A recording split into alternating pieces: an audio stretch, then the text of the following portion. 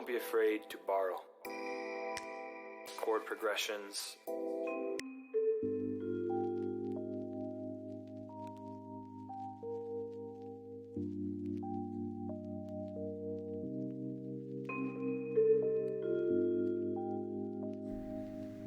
Who's your favorite deputy now? You've got a friend in me. Someone's poisoned the water well.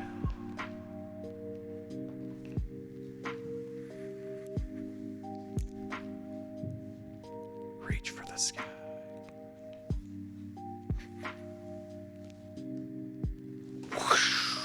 Well, hello there, and welcome. Hey, almost missed that one. Welcome to today's stream. I hope you guys are all doing absolutely wonderful. I am so excited to stream. I've been wanting to stream for a very long time. My hair looks like an absolute mess. It wasn't a mess like a little while ago. I put the sweatshirt on and I look like I just rolled out of bed. Sweatshirts can be difficult to put on. Am I right?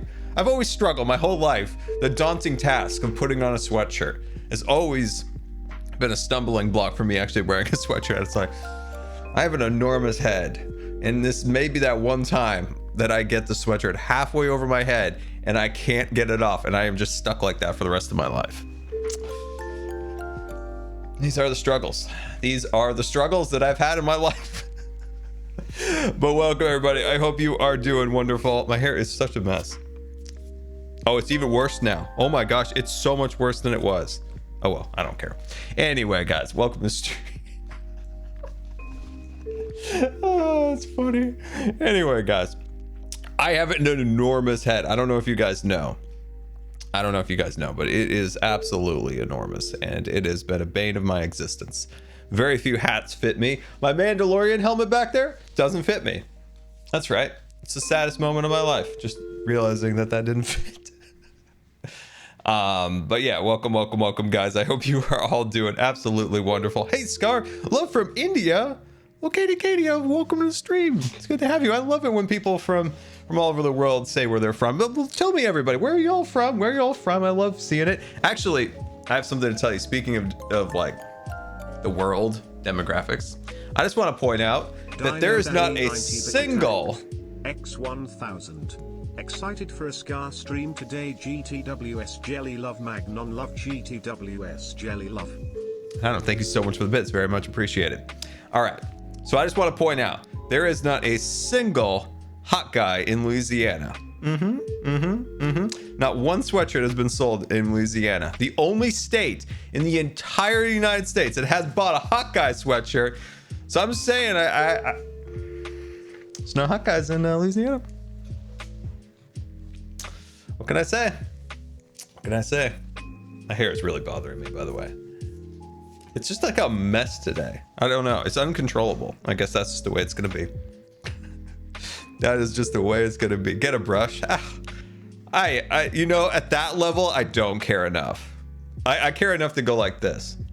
And then if I need to get a brush, then that's beyond my level of care. That is beyond it. But yeah, welcome everybody. Hope you are all doing wonderful. I know Louisiana. Come on, Louisiana. Come on. I mean, there's a hot guy sweatshirt sold in South Korea. I mean, I thought that was really cool. The Philippines, Thailand, and like there's a lot of hot guys in Sweden of all places. I think there was like 30 of them in there. I was like, dang, Sweden, good old homeland. There is a link for the merch in the description of the stream, and I bet one of our super cool, awesome, amazing mods are gonna go in the chat. There it is. Christmas came in, saved the day. There we go. Now my headphones won't stay on my head. Oh my gosh, I am a disaster today, and that is fine. Today's gonna be a fun, chill stream. We're gonna talk about Andor. I'm gonna talk about that new Pixar trailer. It's gonna be great. Greetings from the Netherlands, Sweden King. But yeah, welcome everybody. Welcome. And Wales. You know, I have some ancient relatives from Wales. All right, let me check with the chat here. Palm Tree Dude, thank you so much for the 5-month resubscription. Very much appreciated, my friend. And Explosive Button, thank you for the 9-month resubscription. Very much appreciated. And Non-Binary Mermaid, thank you so much for the 16-month resubscription. Very much appreciated. Let's see, Soren Leaf, thank you for the 3-month resubscription. Let's see, Stead95, thank you for the 21-month resubscription. Very much apprecited. So as the E, thank you for the brand new subscription and welcome aboard the Starship Good Times. It is great to have you. And Geekies Squoodu. Oh, you know me mispronouncing names. People come from far and wide to hear me mispronounce their names. Thank you so much for the 3-month resubscription. Very, very much appreciated. And the Jellycat coming in at 63-month resubscription. Very, very much appreciated, Jellycat, with a whole lot of Jellycats at that. Very, very much appreciated. And a Wild Madden coming in at 82-month resubscription. That is wild, man. I hope you are doing well. I hope the family is doing well. Well, yeah, thank you so much for 82-month resubscription. I always say this. When I started the Discord, Madden was the only one who talked. Every morning she's like, "Good morning, everybody," and there was like 2 people in the Discord. I was like, that's always funny. You're always in there just trying to like get everybody excited. I love it. I love it. That was so long ago. What, like 2014, 2015? Very, very much appreciated. Let's see. Boss Monster coming in at 20 month. 21, 20. I cut you off a month. You have 21 months, not 20. Glee 44405, thank you for the 9-month resubscription. Very much appreciate it.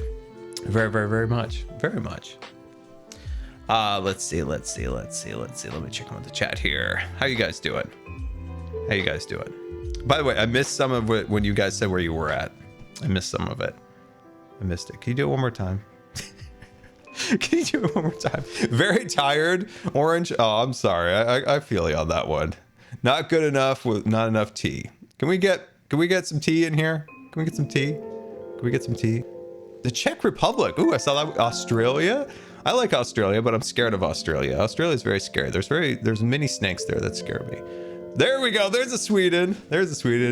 New Zealand. I saw that one go by. And Saudi Arabia. Oh, wow. South Africa, Belgium, Norway. Oh, I love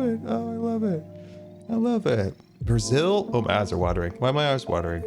Let's see. Canada. Sweet. I'm banned in Canada. Yeah, they can't take a hot guy there. Ban me out. New Zealand. Oh, I'd love to go to New Zealand. Oh, I want to go to New Zealand.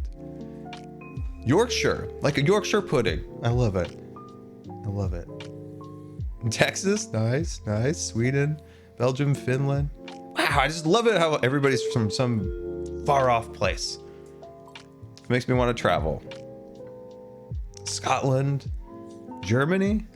Why is my eyes watering? Oh my gosh, I'm a disaster today. Arkansas seems like a far off place to me. I'm so far on the other side of the country.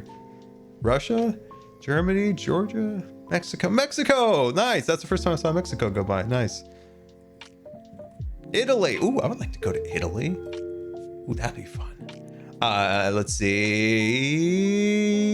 Ain't named nobody. Thank you for the 10 gifted subscriptions to the community. Very much a generate. Wow, I really butchered that word. Thank you so much. That is very generous of you and very much appreciated. In Washington State, my hometown. All right, there we go. We will start on that one. My good old hometown. Love it. All right. As you guys know, I am your favorite deputy. And I am all alone on Empires, by the way. So I could do whatever I want. I could call Timmy a toy, which I would never do. Or I could call the 9-foot god and 9-inch god. You know, I could do whatever I want. I'm a free man. I can do whatever I want. I could go find that broomstick and ride around on it. That would be actually something I would quite enjoy. It looks like Cub's been here. Krasos and Bit attacked. X500. Lost access to my account of 28-month sub, so I am resubbing. We'll get back there one day. Back on that grind. Back onto that grind. Well, welcome. Thank you so much for the support. Very much appreciated. Very much appreciated. Good to see you today. All right, let's go fly over to Hermigeddon. Let's go fly over to Hermic. Okay, so I came up with this idea. After the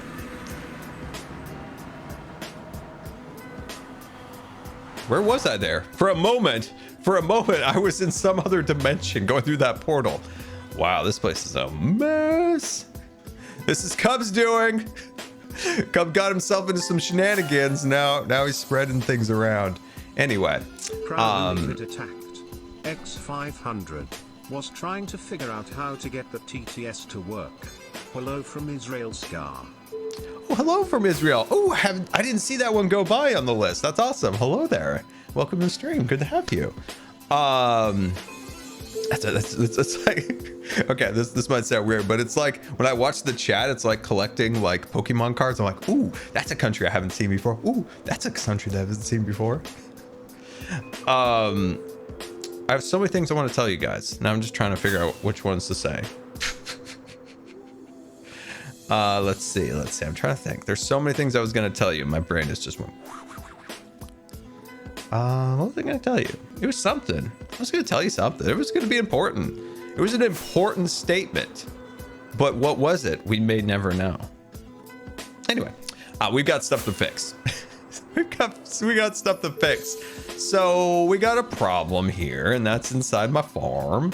And one, if we pop up. This is really inefficient, by the way.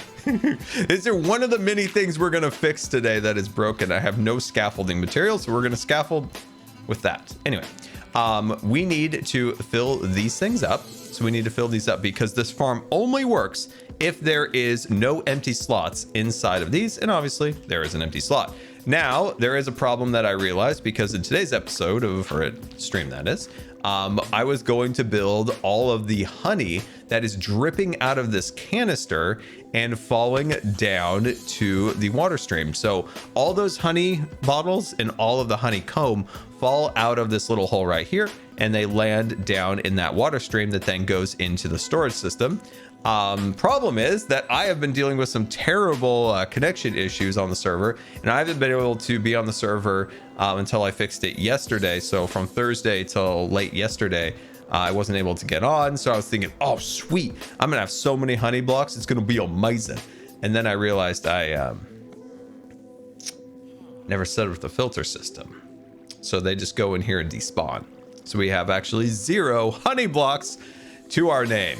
Was that a diamond block that just went by?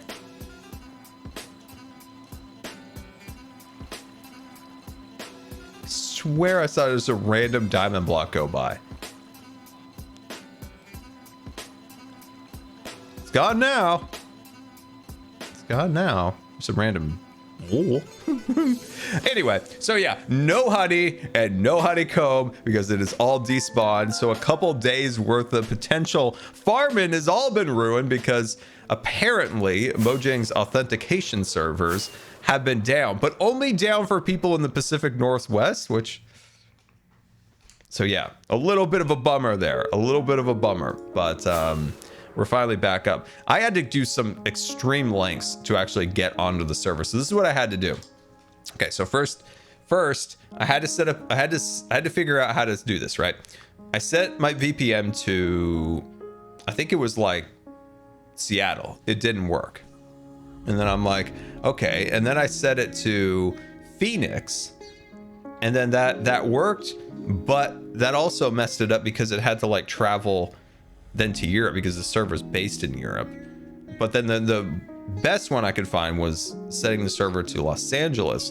So by setting it to Los Angeles, I was able to connect via the authentication servers, and then I would disconnect it. And then I would have to disconnect the VPN once I had cleared the. I'm gonna sneeze.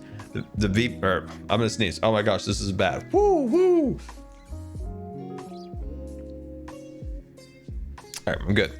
And then I would have to disconnect it and then log in, and that's the way I was able to get on. It was absolutely terrible. So you see those honey houses that are all full? That's because those bottles are messed up. So first step today, before we get to anything, we need to actually get some honey bottles so that we can set the filters up. And so we're gonna go get some glass. And while we do that, let's make sure our inventory is nice. There we go.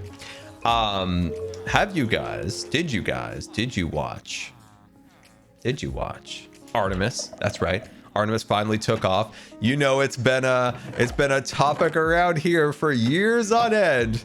My disdain of SLS and its craziness, but it was so nice to finally see the crazy rocket finally take off and head off to the moon, which was really, really cool. And it was quite a sight. A shame it wasn't daytime.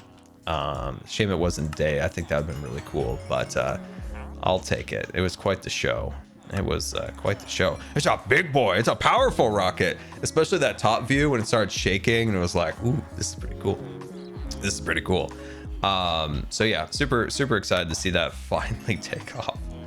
You can tell like in the launch director's voice, it's kind of like shaky a little bit when they were like giving the poll like to the launch team. You could tell like, man, there was some nerves there because boy, it seemed like everything wanted to break right at the last minute. Ethernet cables, the red team having to go out to the pad to crank a bolt. Could you imagine that, right? You're going next to something that is like, if it exploded, it'd be probably one of the largest explosions known to mankind, and outside of like a nuclear blast, and you're out there just banging on it with a wrench. You're like,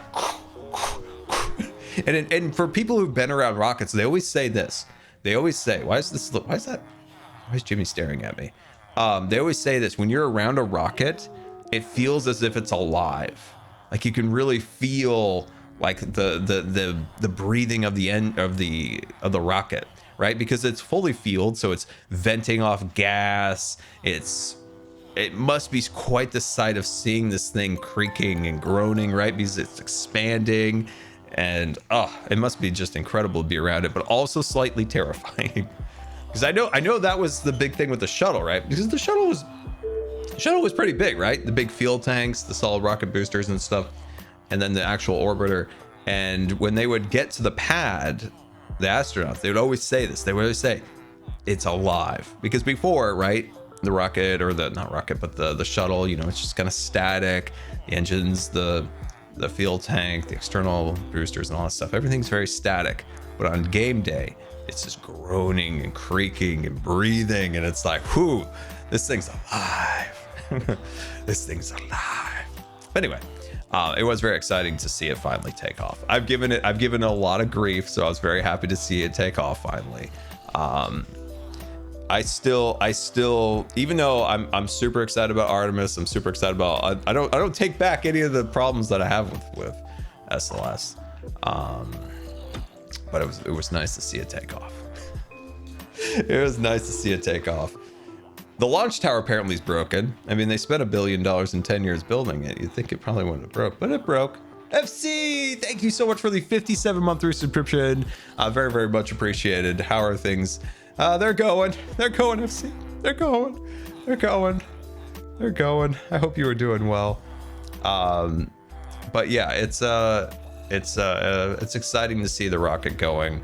It's nice that NASA has shared finally some like pictures from their higher quality cameras, because when I heard that their cameras they were sharing during, you know, the burns and stuff like that, those were GoPro 4s. I have a GoPro 4. It's not all that great. So I was glad that they finally shared some higher resolution photos and stuff. So that was really exciting. But apparently tomorrow it's going to do its first flyby. I think it's too early for me, but I'll have to watch the replay. But that's super exciting to see the first flyby. I didn't know Artemis was also stainless steel. Or like, I don't even know if it's stainless steel, but that like metally color. I thought that was kind of cool. That's like a homage to Apollo. That's $1 billion over 10 years. Yeah, they could have got a better camera. I'll buy him a better GoPro. Worldwide make Nebit attacked. X500. Hi King. I'm going to watch the entirety of HERMITCRAFT. So far I have watched 656 episodes and I only scratched. You only scratched the surface. I plan to watch every point of view for every season. This is going to take a while. That will take a while. Hope you and Jelly are having a good day. Dude, what? That's amazing. Every perspective. Wow. That is a daunting task. I would love to know like the statistics on that. That's crazy. But yeah, thank you for saying King. I know most people don't recognize me as being the Prime Hermit here, as I am the first Hermit of Hermageddon. And this is my throne. It's a nice throne. I repurposed it. It used to be a jail. But yeah, it's my spot. Prime Hermit, yep. Anyway, so I think Artemis is gonna be doing its mission until early December, I think. It was early December. Might have to go to my villagers over at Tumbletown to get more glass. We need a lot of bottles. We need a lot of bottles. We need many bottles. We need all the bottles. But anyway, it was very exciting to see it. It gets me even more excited for the day that we finally get to see Starship take off. The thought, okay, so I was watching a breakdown of like the current progress at Boca Chica, Texas, and they showed the integration tower at Boca Chica after the 14 engine static fire, and it like stripped off like the first like layer of the concrete on the bottom like structure of the tower. Like I am just like, whoo! Is Artemis banned? No, not for a few years. This is a test mission. And so it stripped off like the first like layer of the concrete, and then took those pieces of concrete and just blasted them out like shrapnel. And those engines weren't even at full power. Those engines weren't at full power. They only used 14. There's 32, I think. 32? I know they always change it. One time it was like 28, then it was 30, then it was 36, and then it was 32. Maybe somebody could correct me. I forgot which number they're currently on. That was only 14 static. Like when we see a 30, I'm just gonna say 32 engine because I'm not entirely sure, but I think it's 32. When we see a 32 engine firing, I can't even imagine the sight. It's now 33. I mean, it's changed so many times. Like I can't keep up on the number. I assume that even once they're fully operational, they'll probably adjust like how many engines they need. I think there was even a rumor, right, at one point that ship was gonna get, because it has 3 Raptors and 3 vacuum engines, I think. And I think they were saying there were potentially room to add more vacuum engines at one point. I don't know. I don't think we've seen any rumors to that effect since then. But anyway, when they do take that off, oh man, it is gonna be a sight. That's the rocket launch that I want to see the most. I want to see Starship take off. I've never seen a rocket take off. I've been in the proximity of a shuttle, but never saw it. I was a young fellow. I was 3. But I really want to see. I really want to see Starship take off. I've been watching its development since 2016. Because way back then, they would do a conference at some space expo conference, and they would just show like, I think it was called at one point the interplanetary ship. I think it was called that at one point. It was called like the interplanetary something or other, and then it changed to BFR at one point. It was called that. Then it was switched. Do you remember BFR? I mean, some of the longtime space fans remember that. We're what old. do you think will be key to more frequent space flight in the future? Better rockets, a space elevator, or something else?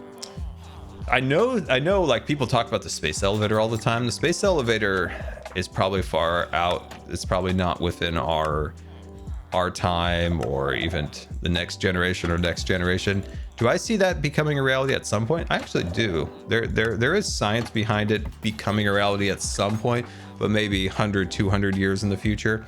As for rockets, of course, like the cost of travel is diminishing faster than any other form of transportation, and that's like the invent of the steamship to the airplane, the automobile. The amount of money that's coming down rapidly and the innovation in that space is actually astounding right now. So I do see in the very, very near future that it'll just continue to become more of a normal thing, like space travel. You'll see more and more people going to space. You'll see way more research, so much more science and engineering. which is going to be absolutely fantastic. I don't get too fussed over all the tourism things. I mean, that's fine if they want to do that. I'm more focused on exploration and science and like pushing actual technology. But yeah, I get so excited because I haven't watched a lot of stuff at Boca Chica for a while, but I recently got caught back up, and I was just shocked by just some of the stuff is so cool, what they've achieved in such a short amount of time, and it's just an engineering achievement to all the engineers and scientists who've made that a reality there, which is just incredible. The one of the things they're doing, because they don't have enough like places for people to live, because it is literally in nowhere land. They have these. This is hilarious. They actually have. Oh wow, that's only one dispenser. Oh, we're gonna need so much more. We're gonna need so much more. We're gonna need so much more, my friends. We're gonna need so much more glass. They're using these little hovercraft to transport people from South Padre Island to Boca Chica, because otherwise, like, it's like an hour or more trip with no traffic back and forth between there. So now they just decided, hey, we can use a hovercraft. It doesn't damage the environment, as it just kind of like hovers right over. So there's, well, hello there. So it can just like fly right over the marshes and stuff like that. Can you imagine going to work on a hovercraft? Going and building the next generation spacecraft, and you're like on a hovercraft? It's like, yeah, it's cool.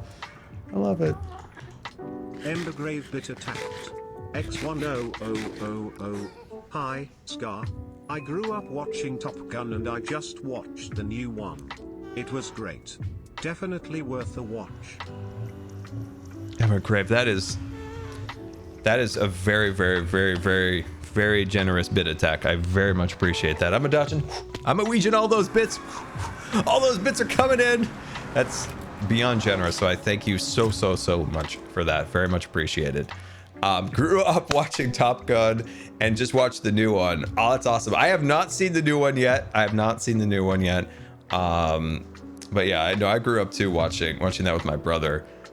We were always transfixed by the planes. I mean, the story is so goofy. Like, it's so goofy. But there's probably no better like demonstration of like cool aeronautics. I mean, you could probably tell that I love aeronautics. That's why we talk about space, planes all the time. Like, I absolutely love it. What was I here for? Oh, that's right. Oh, I've got a ton of glass. This is Jimmy's glass. I gave that to Jimmy. I'm not going to use that. But yeah, once again, thank you so much for that bid attack. That's very much appreciated. Which door has the emeralds in it? I think this one. But yeah, I gotta watch the new Top Gun. I've got to get to it at some point. Now, question for people who have seen the new Top Gun: is there a lot of sweating similar to the first one? Is there a lot of sweat? Go back and watch the original one. You'll see there's just an excess amount of sweating. Just so much sweat. They cut down on the sweat.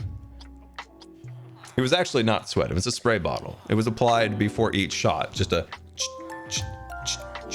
That's what they called 80s tension, to make the film more tension, more suspense. You apply copious amounts of water particles to face to simulate sweat. You think I'm joking, but it's true. Hardly any sweat. That's okay. We still have the original to laugh at. They have AC now. I'm pretty sure they had AC back then. I'm pretty sure they did. On the ship, right? I'm pretty sure on the... I forgot, which ship was it? Which carrier was in the original Top Gun? I'm pretty sure the ship had AC. I'm pretty sure it did. I'll ask my brother. He was on one of them. He was on one of those ships for like 5 years, jumping in the water, saving some goofy pilots who think they can fly their plane but have to eject. I was thinking that my brother, who was a rescue swimmer on an aircraft carrier, so if this happened a lot, apparently, was people just get blasted off the flight deck. So apparently people just often just get blasted off the flight deck, and then he has to go and like rescue them. Just somebody walking where they shouldn't walk, and a jet blast comes in and just throws them off the side of the plane. He has to go and fish them out of the water. Or there was one time he said, correct me if I'm wrong, for people who know, if you were a fighter pilot, are you only allowed to eject 2 times? Like after your second ejection, I think you're no longer allowed to fly. Is that right? For experts out there, you experts and or Googlers. Experts or Googlers. Because I'm pretty sure it's twice. I think it's twice. Because if it also you by ejecting that many times, there's like a compression on your spine that'll actually shrink you by by a tiny bit. And I think after the second ejection, or at least that was what they standardized, or at least this was a long time ago, that you can only eject twice. It was the USS Abraham Lincoln used for the shooting of the original Top Gun. Okay, I wasn't sure which one it was.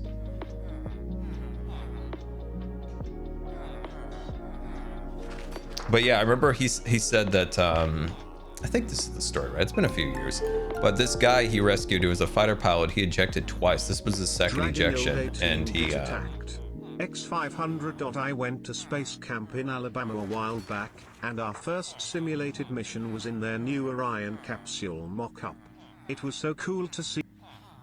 It was so cool to see the real thing launch this. Dude, that's awesome. Oh man, I knew when I was a kid, I wanted to go to space camp. Worldwide make Nebit attack. X500. Hey King. I've done the math. Every pop for every season would 12,026 episode without counting season 9. Oh, it always cuts off. Why? Scarvis is like cutting off like sooner than ever. It seems like if every episode is 20 minutes, that means 240,520 minutes, which is 4,000 hours. Oh, you are in for it, my friend. Oh my gosh. Oh, that's crazy. Can you watch more than one at a time? Cut that down a little bit. It was 2 was the limit for our pilots in Air Guard. Oh, that's it. Yeah, I think it is 2. So I'm pretty sure it's, yeah, I think you're right there. It's 2. Did Dubs have to eject at some point? Is that what made him short? Oh, that's hilarious. I don't know. Could be. But I remember my brother, I think they were flying. They were flying like outside of the Korean Peninsula. They were doing exercises or something, and Electra 310-bit attacked. X500. The Desert Bus for Hope Marathon raised 1.1 million last week to put video games in hospitals and shelters. So much more happened. The Desert Hope Marathon raised 1.1 million last week to provide hospital or video games in hospitals and shelters. So much. Oh, dude, that's fantastic. I love that. Oh, that's fantastic. 1.1 million. That is amazing. That is amazing. Oh, I love that so much. Thank you for telling me that. We need some good news around here. I love it. I love it. We need some good news. But yeah, they were doing operations out, like just test operations in the Korean Peninsula, and I remember he got the call. They get suited up. They fly out. He jumps out of the helicopter, and I remember him saying that in his goofy voice, he's like, "Yeah, it's like, yeah, I just get there, and I'm just like, hey." He swims over to the pilot, and he's in kind of like his little inflatey thing. And apparently the pilot had brought like a candy bar with him, and he was eating the candy bar, and he's like, just watching my career float away. And it's wreckage. It's just wreckage. There's just wreckage out in the distance where the plane crashed. Just watching my career. Just watching my career float, sink. Just watching it sink. Fixed wing aircraft are my future. That'd be kind of a bummer, right? A little bit, right? You spend all that time, you know, and then you have to eject twice. There's got to be a little bit of like some jokes about that amongst the other fighter pilots. Like, you're a 2 ejector. You're a 2 ejector. You just sunk like $150 million into the ocean in your career. That's a lot. That's a lot to put in the ocean. Oh man. But I guess the guy was pretty chill, mostly, you know? He's just floating. Just floating. Brother hooks him up, pulls him up into the helicopter. All right. The junk trunk. What was I doing down here? Ah, glass. We need more glass. More glass. I imagine injecting from a helicopter might be a little painful. I don't know if the United States has any current ejections from helicopters. I don't know. I know there was one in development a long time ago, and I think the Russians had one. And like it ejected you to the side, or like there was something that like, because obviously you can't eject upwards into the rotor. I think there were, this is going back, there was like prototypes for that. It's almost like they had prototypes and they removed it from the shuttle that had ejection seats. There was at one point ejection seats to the shuttle. Can you imagine ejecting from the space shuttle? I'm not sure you would live after that. Oh, that's right. It was a Russian helicopter, right? I mean, it's been a really long time, but it was a really crazy way they ejected out of the side. Yeah. Oh, it blew the rotors off. Yeah, man, it's been a long time since I researched that. It's like barely there. It's like somewhere. I was like, I know it's a Russian helicopter of some kind. I know it's a Russian helicopter of some kind. It's been a long time since I heard that. We need the bottles. More bottles. All the bottles. All the bottles. Need the bottles.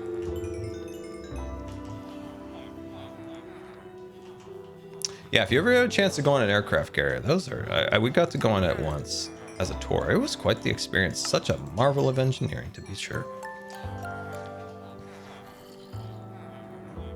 The rest of the shuttle crew would be stuck below and could eject. That is a good question. Was the ejection seats only for the first launch? Like for the test launch? When were they removed? That's an interesting one. Are aircraft carriers ADA compliant? Absolutely not. That's prior to my illness that I did that. I was pretty young. No, they are the farthest thing from ADA compliant. So many of the doorways, right, have like a foot. Like you got to step over, right? They're like the porthole door thingies. I don't even think you could get one down a hallway in an aircraft carrier, for crying out loud. I mean, maybe you could live on the deck in a tent. You just live in a tent. Just live in a tent. Seems fine. You just live in a tent. But yeah, no, they're not. Yeah, in submarines, no. I loved Everyday Astronaut. Not Everyday Astronaut. Wrong channel. Smarter Everyday. He did that really cool series on a submarine. Submarines are just fascinating the way they work. Just fascinating. Like the way they recirculate air to just so many cool little like engineering things. I love engineering, so you could probably tell. I love good engineering.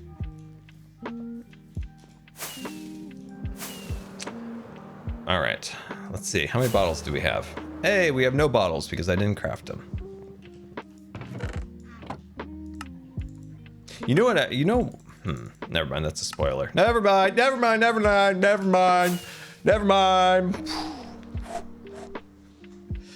Let's see. I think the shuttle had ejection seats for the first 4 missions. I'm curious where the ejection seats were for the crew in the lower deck. Unless they didn't, in the first few missions, didn't have the crew down there in that lower section. And just the crew on the upper deck. I don't know. That's a good question. I need to research that. I'm not entirely sure. They did find, tragically, a piece of Challenger the other day, which was sad. These are all being wasted, by the way, until we get this fully set up. We're sending these things to the abyss.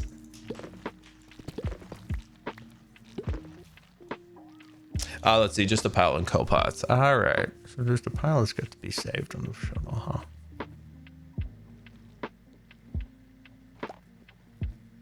GoodTimesWithScar set up filters. I need to get pieces of material to set the filters up. I don't have any honey bottles. That's why I'm trying to put those in there, and then I'm going to try to catch them. I'm going to try to catch them. Let's see, Rascal, Q&A Scar. After the Empire's crossover is finished, can you tell us about how the whole thing came to... Wow, I am so good at reading, man.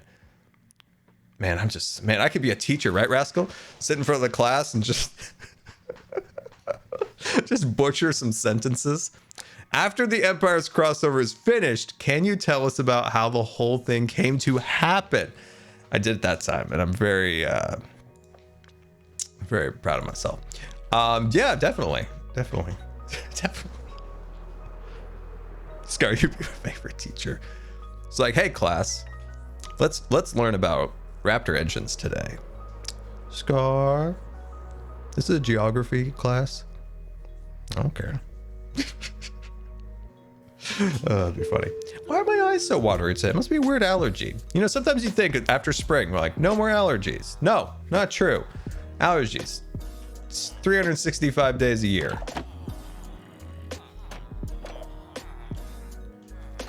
All right, let's see. Scar. Someone set filters for honey products in the system. They're not marked. They're in the corner. Really?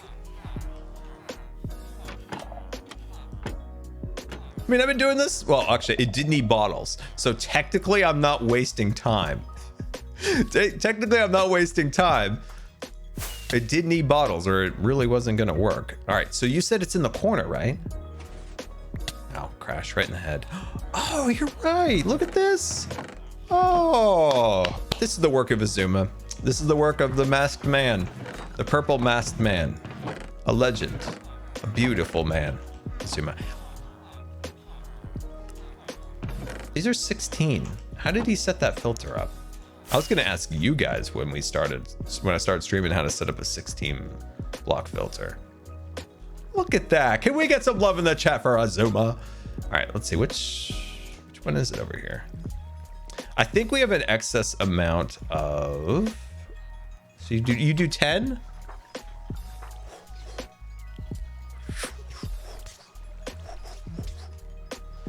Craft honey blocks, 3 bottles. Yeah, we're definitely gonna do that. I would die if you teach you. Okay, that's right. All right, this is a math class. We're like, all right, we're all about the numbers and the principal's gone. All right, let's talk about some Disney facts. Let's talk about some Disney facts.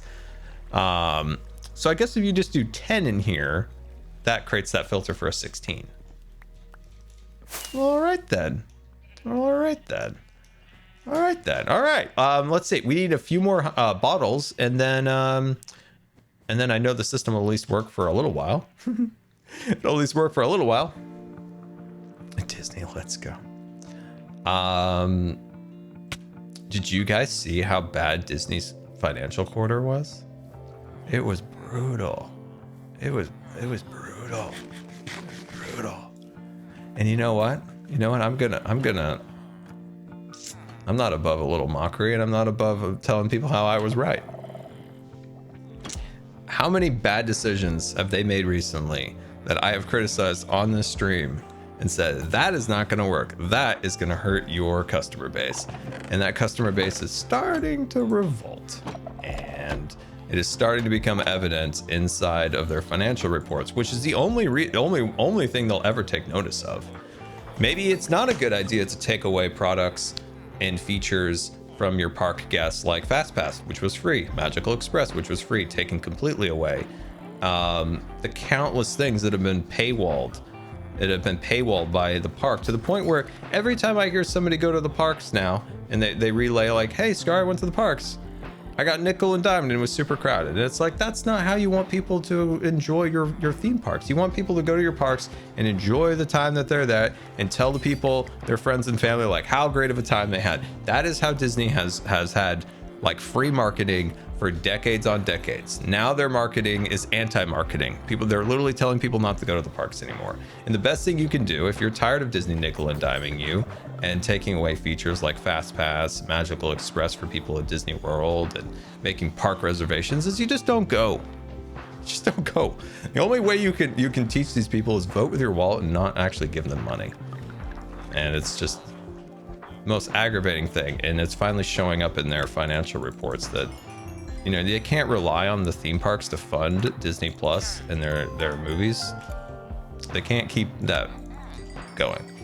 They can't keep that going. The parks are the only financially viable thing really in the company right now that's making any form of money right now, and they're milking it for as much as it's worth. But when are those people's backs gonna break and they're like, no more?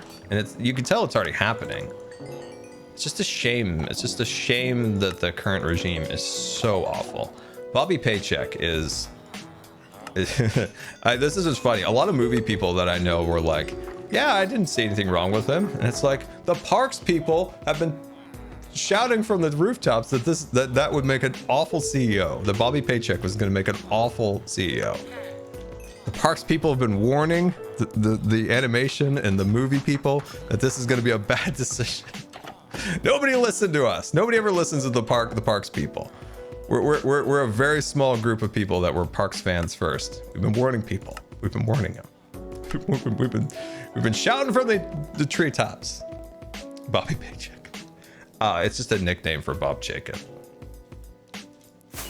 There was a CNBC guy who accidentally called him Bob Paycheck on air, and it's kind of stuck ever since then. Let's see, who would win the World Cup? I don't know what the World Cup is. What's the World Cup of? Quidditch? Swimming? Basketball? Football? I don't know. Only World Cup I know of is Quidditch. Oh, soccer. I don't know. I'm not much of a soccer person. Like, nothing against it, just never been really. I've never really been into sports in general, except for like swimming. So look at this. Look at this. We're full. We're full. There we go. Now we're getting them bottles.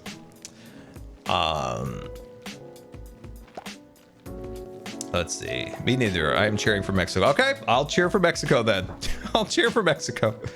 I don't know who to cheer for, so I'll cheer for Mexico.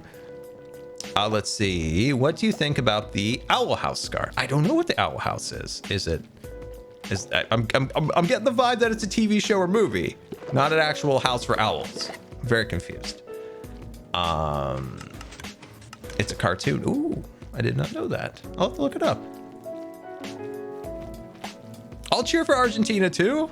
I'll cheer for everybody, but Mexico first, because that's the first one I saw in the chat. That's the first one I saw in the chat. Watch it. Nah. I'm not gonna. I watched soccer one time.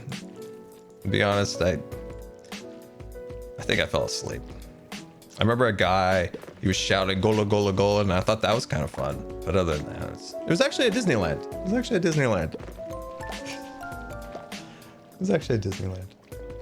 But anyway, on a positive note, let's not be terribly negative. The new Pixar movie actually looks good. I'm very excited about Elemental. It really does feel like a return to form for Pixar.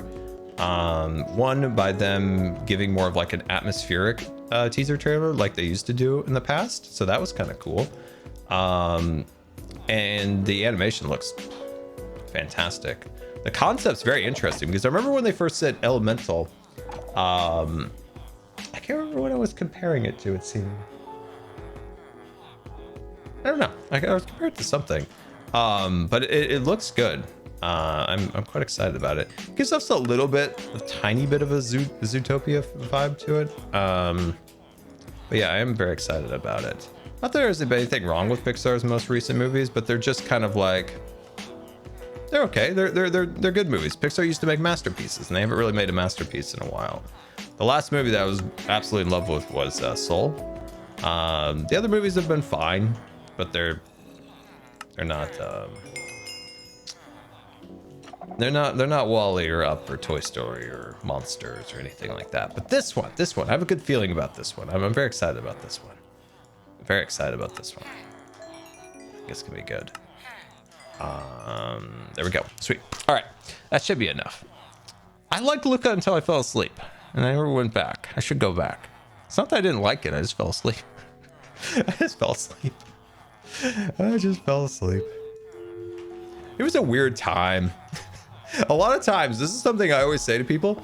If you don't like a movie, go back after a while. Sometimes you don't like it because you're just in like a bad or a weird place in life.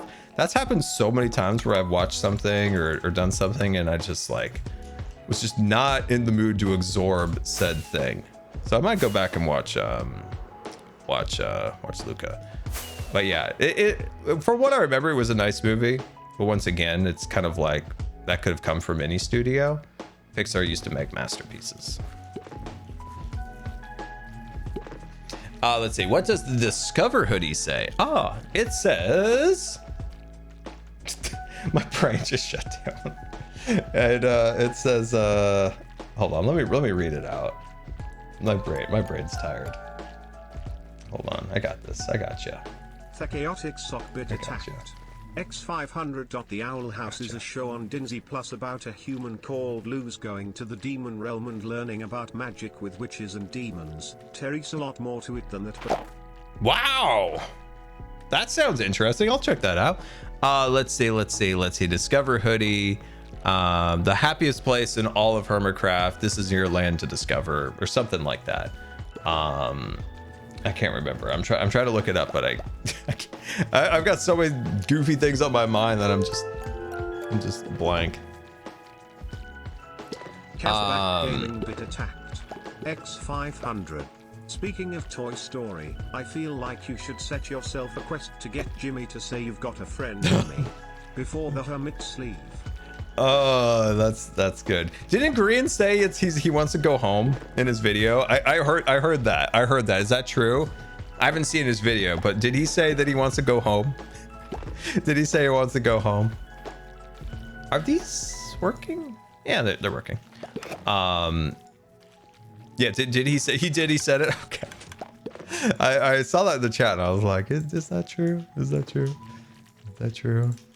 Oh wait, he built Grumbot out there. Wait, hold on. I haven't seen Grumbot. Hold on. Look at these honey bottles. Oh, we're gonna have so much honey. Oh, it's gonna be beautiful. It's gonna be a beautiful sight to behold, isn't it? Huh. Something to believe in. Am I right? Am I right?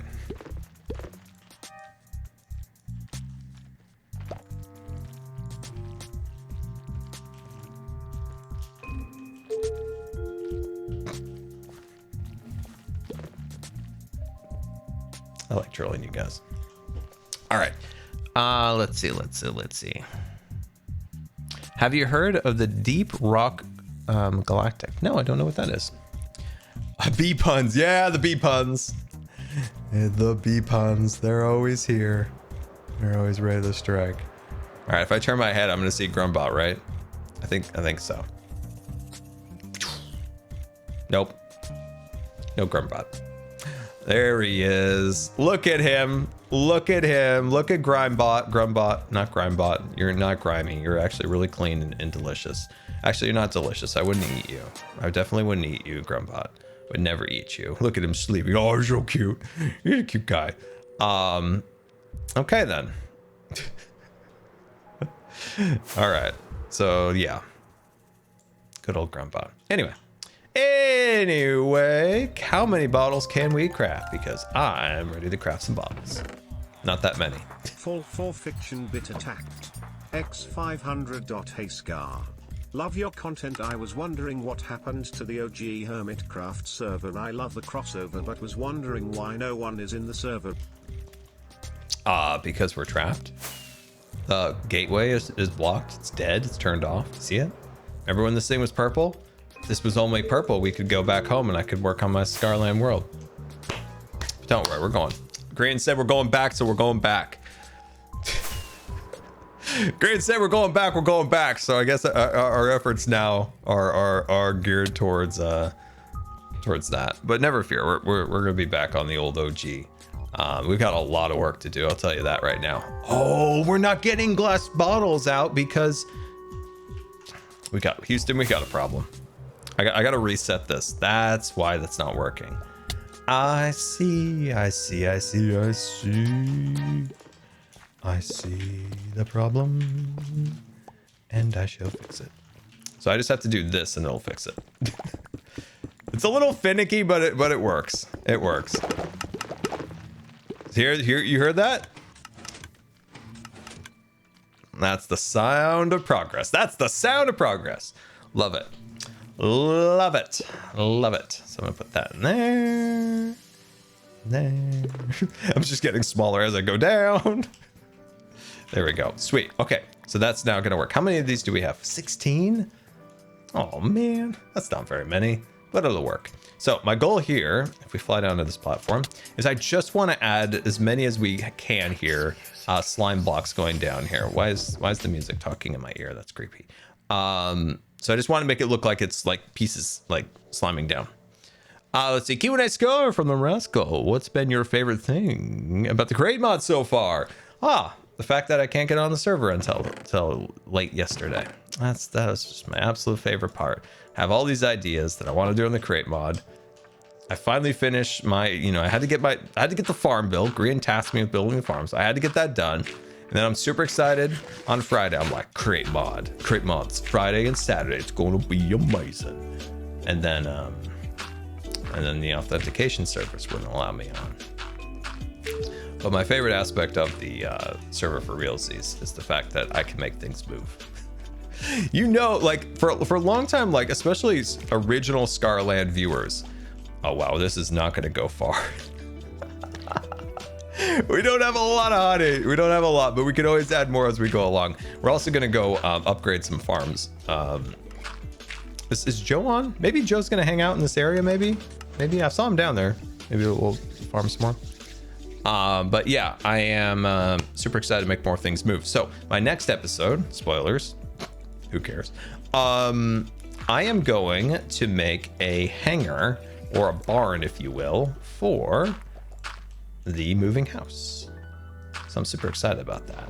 And so what it'll be is that it'll kind of be like a little bit of a base for the house. And when the house approaches the barn / hangar, the doors open on both ends. So it's gonna be super cool. I'm super excited about it. Let's see. Joe's cleaning up Cub's mess at Pixel's place. I want to see this. Pixel's this way, right? Keys this way. I'm curious.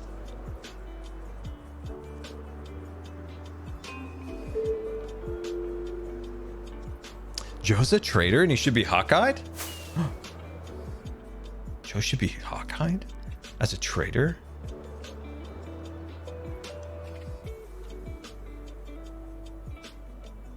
Yeah, I'm really happy with the way hold on, let's talk to Joe. Oh, Joe! Scar.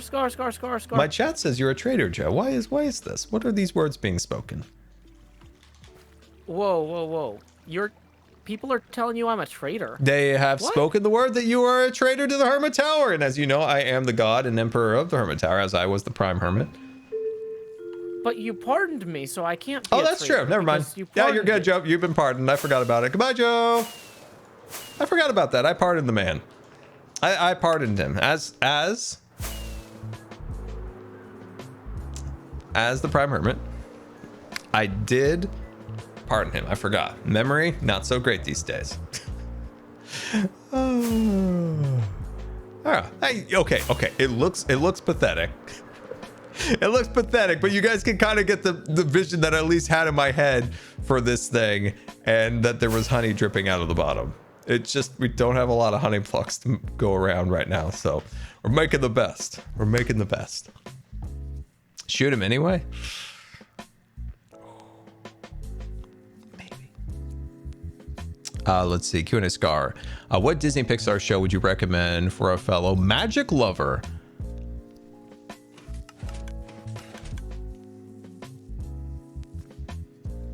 Sword in the Stone.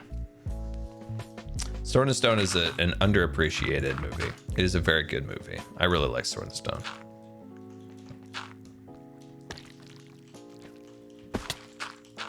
And it's hand-drawn animation. You can never go wrong with hand-drawn animation. I like 3. CG's nice. It's good. Appreciate it. Good stuff. Great stuff. But it'll never replace the soul that 2D animation possesses. There's a soul to the animation because it comes from the hand and the heart. There's just something extra to it. It's like a real life painting. There's just something extra about it that's nice. And it's not to take away from any other forms, but there's just something there. There's just something there. Oh man, I miss 2D too. I know. It's sad. Was Princess and the Frog? That was the last one, I think. I think that was the last one. Pretty sure. That was the last. All right.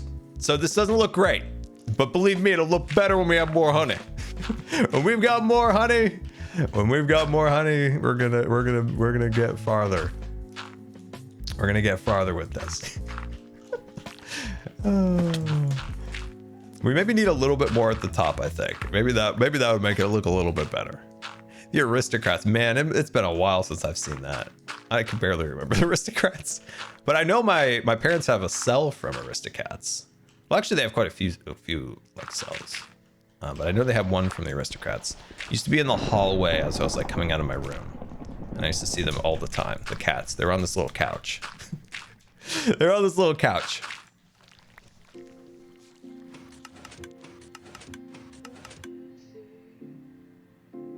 Let's see. Q&A do you think... Oh, what do you think of the Vex updates? Oh, I don't like the Vex. I'm not happy with the Vex. It's fine. Like, is it a big deal? No.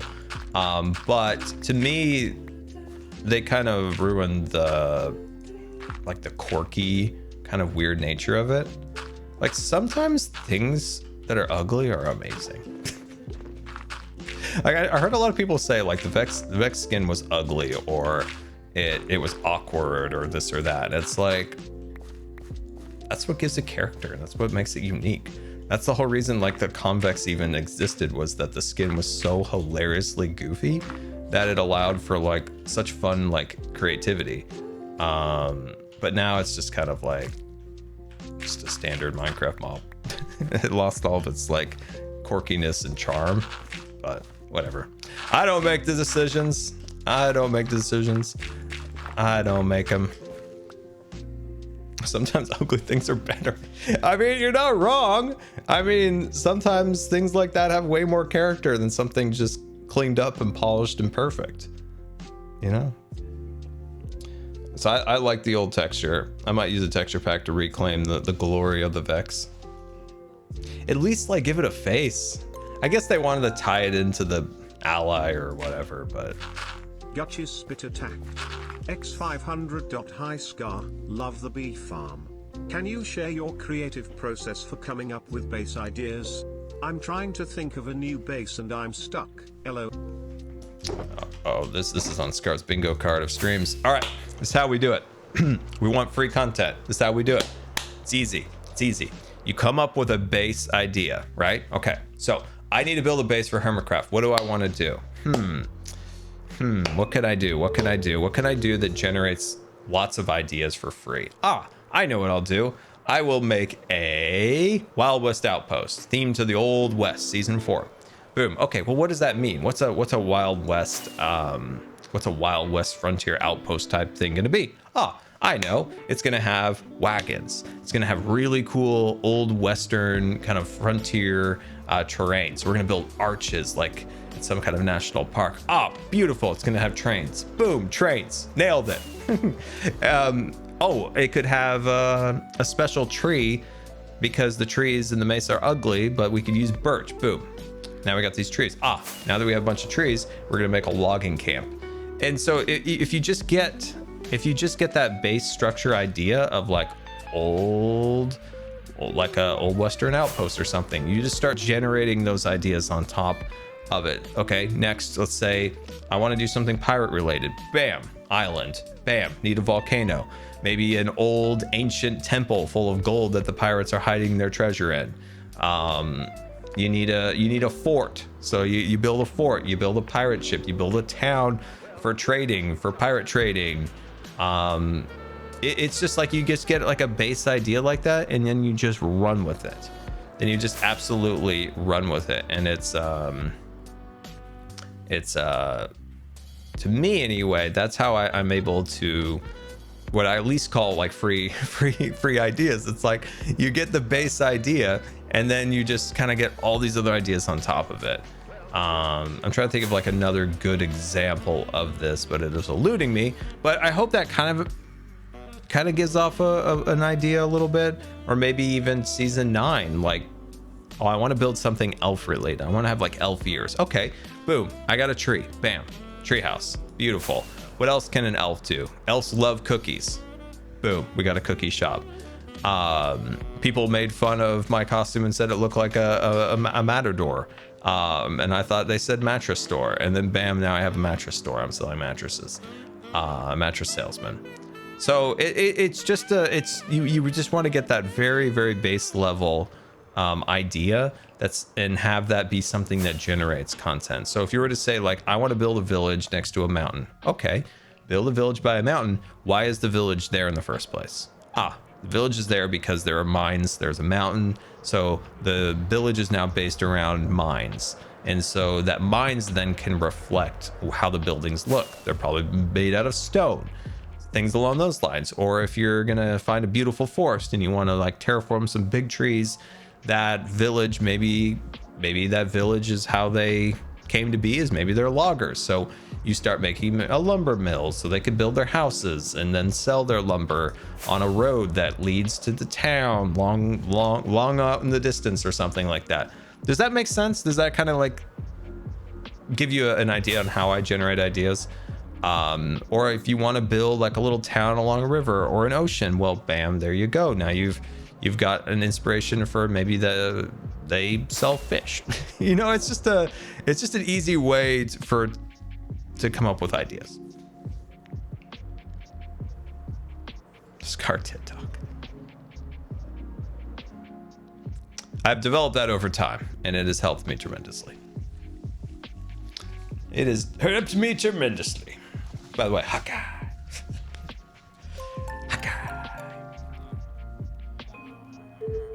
SaturnBot_bit attacked.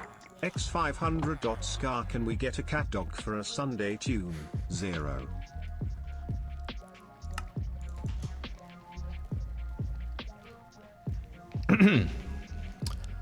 With a woof and a purr, a baby was born. Cat dog, alone in the world without a little cat dog.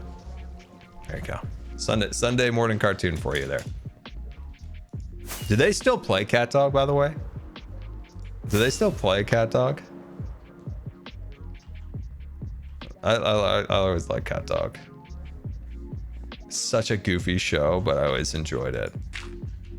And it definitely had the best intro of any of the Nickelodeon cartoons.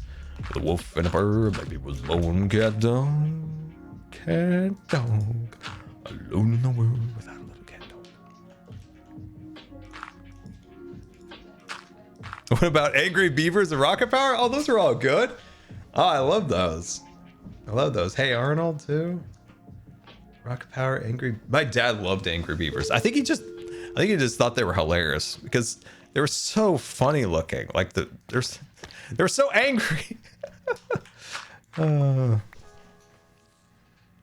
Fairly Odd Parents were really good too.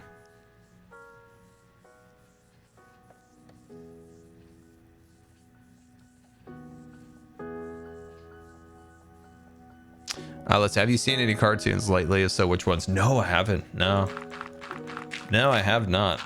I don't know what's out there these days. No clue. Oh, we almost forgot. We gotta talk about Andor. So we are on the closing stretch. No spoilers. Don't worry. But we are on the closing stretch of the show. So one episode left. If I were to give anybody's advice, and I gave this a lot, and I think it still stands true, is wait for this series to be done and binge it. I think this series is going to be exceptionally better, bingeable. I think it'll be very, very good, like watching all it in like one shoot. But yeah, the last episode, no spoilers again, but I think I'm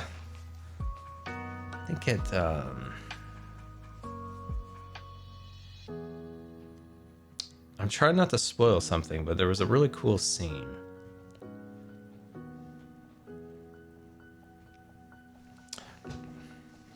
Well, it's the first time we got any Star Wars where we actually saw some ships.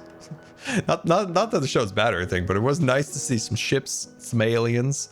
I did appreciate that a lot. It's been a lack of aliens, which is annoying. It's like this Bobby Paycheck's over there like, well, I'm not paying for those prosthetics. What are you crazy? What are you crazy over there? You think I'm gonna pay for prosthetics for these aliens? Just get some humans. Just get some humans.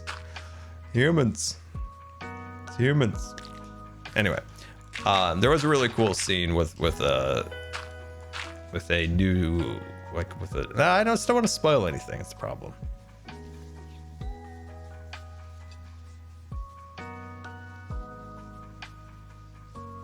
I want to spoil. I want to spoil things.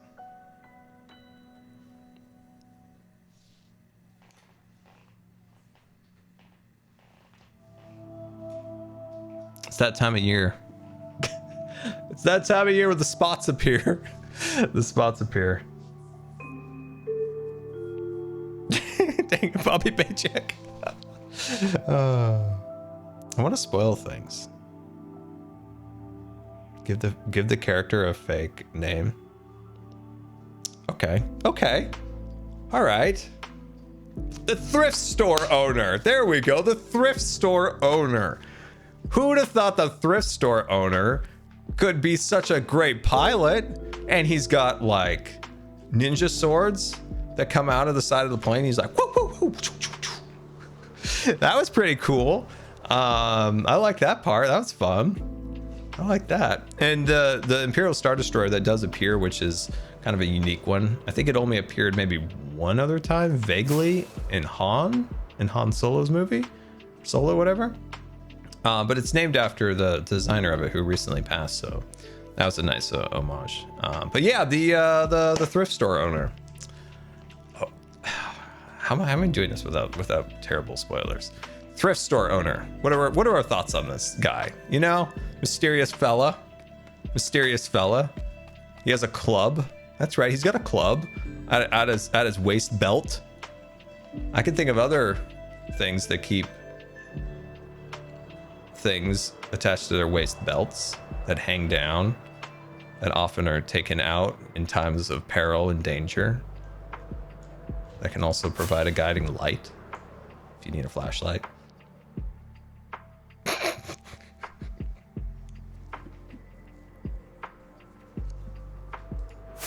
I don't think he's a Jedi, but he did give off like there was a vibe. There was a vibe there. I absolutely do not think thrift store owner is a Jedi, but they kind of gave off the vibe a little bit when they pull out the club, and it's like, really, in Star Wars nobody's walking around with a club. Nobody's walking around with a club. What is this? I think it was a misdirection. I really do. I think they gave off a little weird vibe there with that, the ship, the ninja swords that come out of the sides that are literal Kyber powered crystal things that light up like flashlights. But yeah, I don't think he's I don't think he's a Jedi, and I don't think that's necessary, but it's interesting to speculate. Saul Guerrero is good. He's always so angry, so stern, but he's a good character. The acting in Andor, right? It's been so good. It's so refreshing. Like, I still like Mandalorian's still like my favorite, just because it's such a fun show. Like when you're just like smiling ear to ear when you watch that show. Andor is fantastic, but sometimes you just feel a little depressed watching it. But the acting and the writing are just so phenomenal. Like, it's so nice to have like a well-crafted Star Wars show. If anything, like even if people don't like the story or this or that, you've got to give it that it is so well made. And I guess that's what's so refreshing about it, is that it's well made and the characters can generally stand on their own without having to be tied into like Chewbacca's like mom's butler, twice removed cousin from Coruscant. You know, it's nice that they made some solid characters that don't have to be relied on so much to you know, I don't know. But yeah, I do wish Andor did have more scenes like the thrift store escape. from the Star Destroyer. Like, it could really use that. It could have really used more aliens. There's some lore to why there's not a lot of aliens, but it's kind of flimsy. But anyway, how are you guys liking Andor? Chewbacca's mom. Yeah, the butler. Twice removed. Twice removed. Let's see. Somebody mentioned... What was that up there? I'm scrolling. Looking at the Rise of Skywalker, are we? Did I mention that? If I did, I apologize to anybody.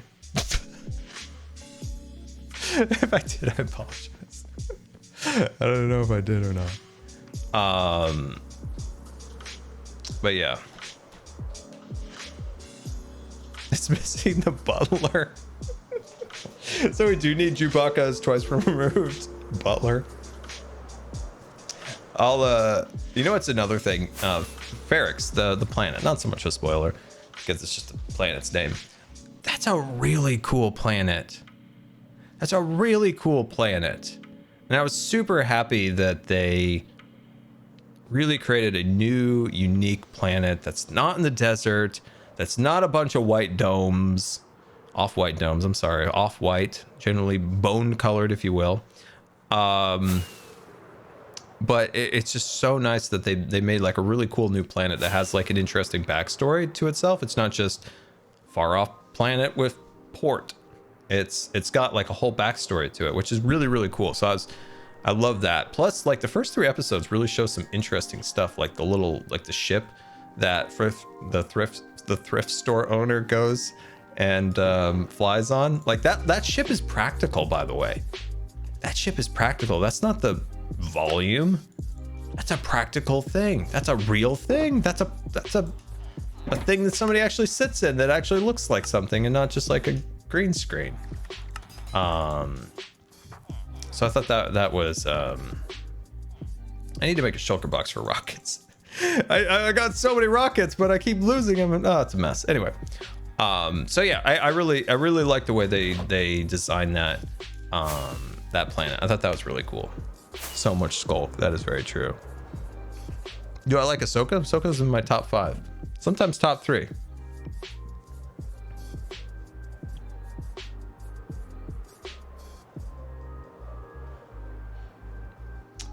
But yeah, that's what I really like. I really like that planet. They did a fantastic job building it up, because they could have easily just went like Ferrix. They chop things up, but no, they added a whole like society to it. So like the people who wrote this show really put thought into every part of it, which has been really cool.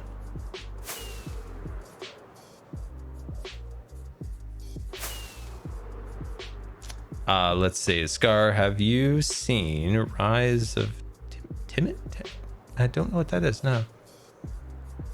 Do you use fabric or Optifine? I'm a Optifine guy when it comes to Hermitcraft. There's certain things about Optifine that I can't get anywhere else. So I'm one of the few Optifine boys left. Have I met Bob Gurr? Yes, I have met Bob Gurr. Bob Gurr is a treasure to society. Bob Gurr, if you've ever seen his Instagram is hilarious. Oh my gosh. No, but I met Bob Gurr. Super nice guy. His license plate was fantastic. I'm not gonna say his license plate because obviously I don't know if that's, I feel like that's like a weird invasion of privacy, but I've seen his car and his license plate in a parking lot when I met him at an event, and it's very Bob Gurr. Bob Gurr is a treasure. I think offhand calls him like 3-time like greatest human of all time. 3-time winner of greatest human of all time. Bob Gurr reminds me so much of my grandpa. Just like a jack of all trade, able to like learn anything. Like, oh, I want to learn something. I learned it. I'm now a master of it. That's basically my grandpa. Like, oh, I wanna learn how to fly. Boom, I'm flying 2 years later, like solo. Like now I am a pilot. Now I am a pilot. Like he could do whatever he wanted, and that's exactly what like Bob Gurr. If you don't know, Bob Gurr is an Imagineer. Bob Gurr designed the monorail. He designed all the Main Street vehicles. So if you're at Disneyland, you see the fire truck go by, you see the omnibus go by. He designed it. A lot of the Matterhorn he designed along with Aero Development. So many of like the engineering ride vehicles. The Autopia designed that. The list goes on and on. If you're familiar with some old time lore of say Universal Studios or Hollywood, the King Kong animatronic that smelled like bananas, he designed that. He designed some stuff for Jurassic Park and Jaws. The list goes on. The list goes on and on and on. He also designed I can't remember. Okay, this is an old story, but a good one. It was him and John Hench. John Hench was probably one of the greatest artists. One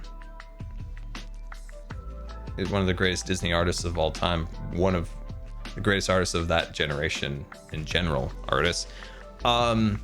They were sitting in office, and I think it's like John Hench was like, this is an old story. I heard this like 15 years ago, so forgive me if it's not fully correct. But they were like, he was like twirling an apple on a stem. And Bob Gurr's like, that's how the ride vehicle works. And he's like, what? And then he's like, that's how it works. You have the seat that you sit on, and you have a single point on the bottom that can twirl. And that's how the Doom Buggy in the Haunted Mansion was born. That's how the Omnimover system was built. So the Omnimover system in theme parks is a vehicle attached to a chain with an endless amount, like not endless, but on a chain of vehicles that never stops. It constantly rotates, and that is how the Haunted Mansion, the Journey Through the Atom or Journey Through Inner Space was developed to eventually, you know, all the different rides that use the Omnimover system was developed because of an apple in an office meeting with John Hench. John Hench also said that California Adventure was better as a parking lot. That's such a dig. Oh, John Hench was incredible. He worked up until the day he died. It's like he was like was he 100? It's like 94 maybe. I can't remember. He was like somewhere in there, and he was still like working on like design palettes for Hong Kong Disneyland when it opened. But yeah, in my opinion, John Hench's most famous quote is that he preferred California Adventure as a parking lot. Oh man, I thought I just heard a creeper. Oh, whoa, hey, big boy. Anyway, let's go. Okay, so this doesn't look great, obviously, not fantastic, but it's better than it did. Second, I do want to expand Jimmy's sugarcane farm, so I want to go do that. So let's go get some iron and some observers for observe on, and we'll pop over there. Laugh aloud. That's a lot of Disney talk in one. It is a lot of Disney talk, but I bring you the good stories. I bring you the good stories. I don't bring you the, oh my gosh, I just had the best cupcake. It only cost $59, but the frosting was worth $59. No, I bring you the good stories. I bring you the good Disney content. The John Hench quote of California Adventure was better as a parking lot quote. I bring you the how did the Haunted Mansion ride system get developed? It was a meeting with John Hench and Bob Gurr where they were twirling an apple, and Bob Gurr's like, stem that, boom, we can turn the vehicle any way we want, we can rotate, doot, doot, doot, doot, doot, doot, boom. I'm not like those new Disney people that are always out there talking about their $59 cupcake with sparkles. No, we talk about the good stuff here. No genie talk here. No, I'm not gonna go have Genie tell me what to do. Never.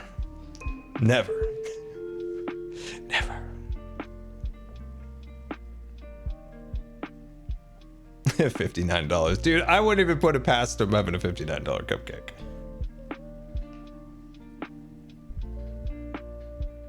Oh, Spare Witch, that is That is amazing. The People Mover is the best. The People Mover is the absolute best. Such a fantastic attraction. Bob Gurr again. Bob Gurr again. Bob Gurr again. That's he designed a lot of that ride system. He was inspired by there was a similar like mechanic. It was like in Germany, along with the monorail. But yeah, he developed that. So yeah, another Bob Gurr attraction. Where did you meet him? I met him at Griffin Park at Walt's barn. There's a little like segment of Griffin Park in Los Angeles, and there was an event there, and they had Bob Gurr, Alice Davis, which very sadly passed away just recently, Raleigh Crump, oh, classical Raleigh Crump. Harriet Burns was supposed to be there.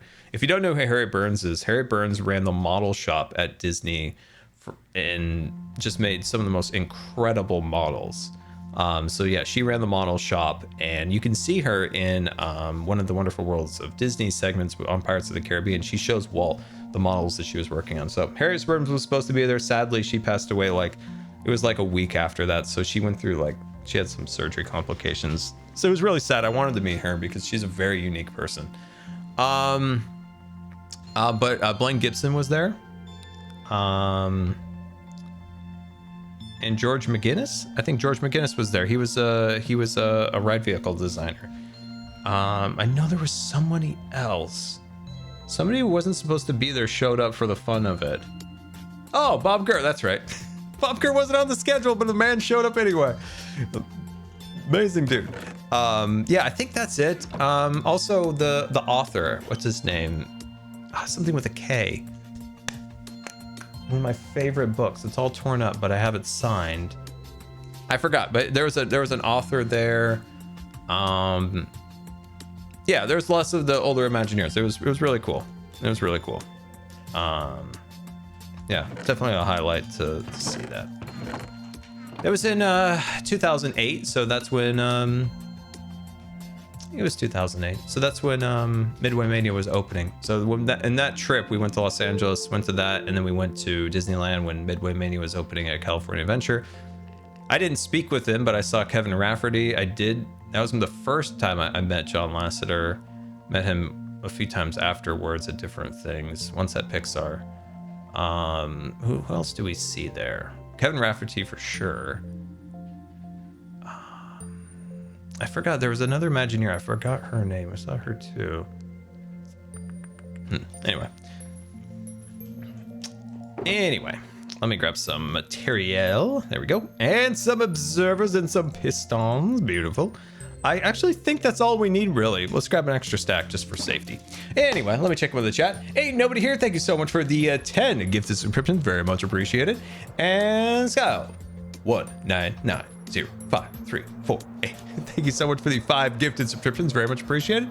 And Barrel 3, thank you for the 5 gifted subscriptions. Very much appreciated. Very, very much. Very, very much. Favorite Imagineer? Ooh, favorite Imagineer is Tony Baxter. He is my favorite Imagineer. He made my favorite attractions. And he embodies the most of like what makes a good Imagineer and like understands what makes a good theme park attraction. An attraction that lasts. An attraction that will last as long as an animated movie like Pinocchio. He understands how to make a multi-generational attraction. It's the same way as some Imagineers, and not Imagineers, but some artists knew how to make movies that are multi-generational movies that will last on and on and on, and not just be a flash in the pan movie that's like you watch it and you're like, oh, that's cool, and you forget about it. There's those movies and there's those attractions that you want to take your kids on, if that makes sense. There's those movies you want to show your kids. You want to show this, that.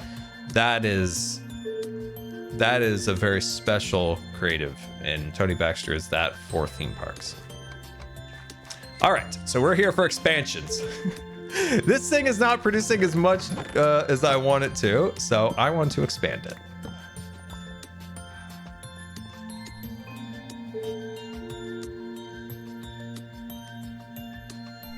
I wish I could go to Disney parks in the US, but I am in England. Well, you do have Disneyland Paris. Disneyland Paris is fantastic, along with the speaking of Tony Baxter was the lead Imagineer on Disneyland Paris.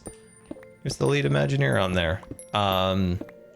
And you've got some massive expansions coming to Disneyland Paris's studio park, which is cool too. So lots of fun stuff to look forward to with that park.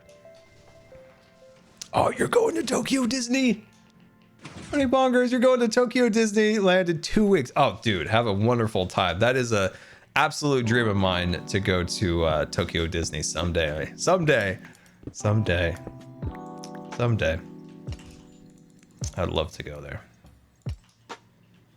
The OLC, the Oriental Land Company, is who runs Tokyo Disneyland, and they are they just know how to do it. They in my opinion, they run the parks far better than the American parks these days. Just like they understand. They're like the Tony Baxter of theme parks. Like they just understand what people want, and they're never afraid to like spend the money needed to make a fantastic attraction that gets people talking, gets people excited to come to the parks, etc. So in my dream world, Disney spins off the theme park division, and it's you know how companies do that. I'm not a business person, but you know how companies spin off things. You know, they spin things off. Well, I wish they would spin off the parks and let the parks become its own entity, and then the OLC runs it. That is my dream. That's my dream.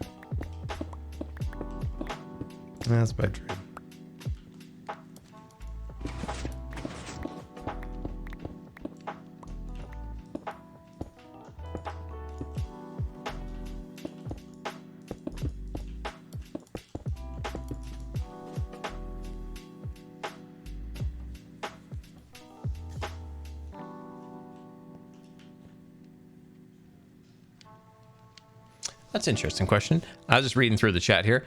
Q&A Scar, this is a random question, but have you ever met the Hermits outside of an event?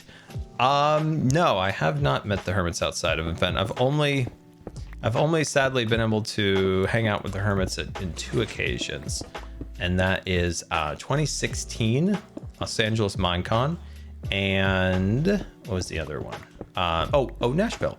I mean, actually, never mind. I would classify Nashville as being outside of an event, because yeah, we were there for a filming of the panel, but the filming only accounted for like half a day in like 4 days.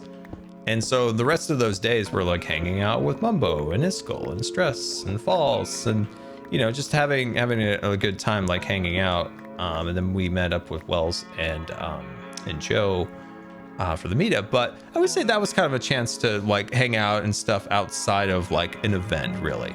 Yes, Minecon 2016 was an event. You know, it was a big old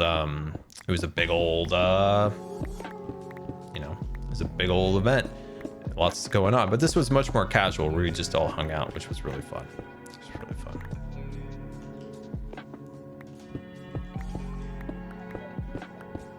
It's a little. This always just gets me sad. It genuinely just gets me sad thinking of like prior to like 2020, like 2019. It just makes me sad.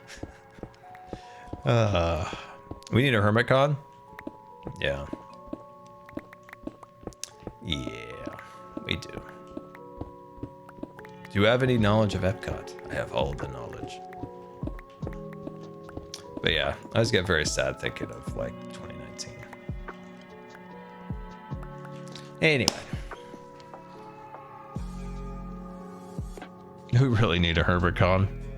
I know, man. I was pretty bummed out learning that they have 0 plans for a Minecon again. I'm like, not to say that there won't be one, but there's just no like active plans, and it's like, that's disappointing. It's disappointing. So I guess that comes down to that.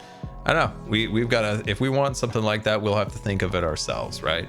We'll have to make it ourselves. We'll have to do it ourselves. So, yeah.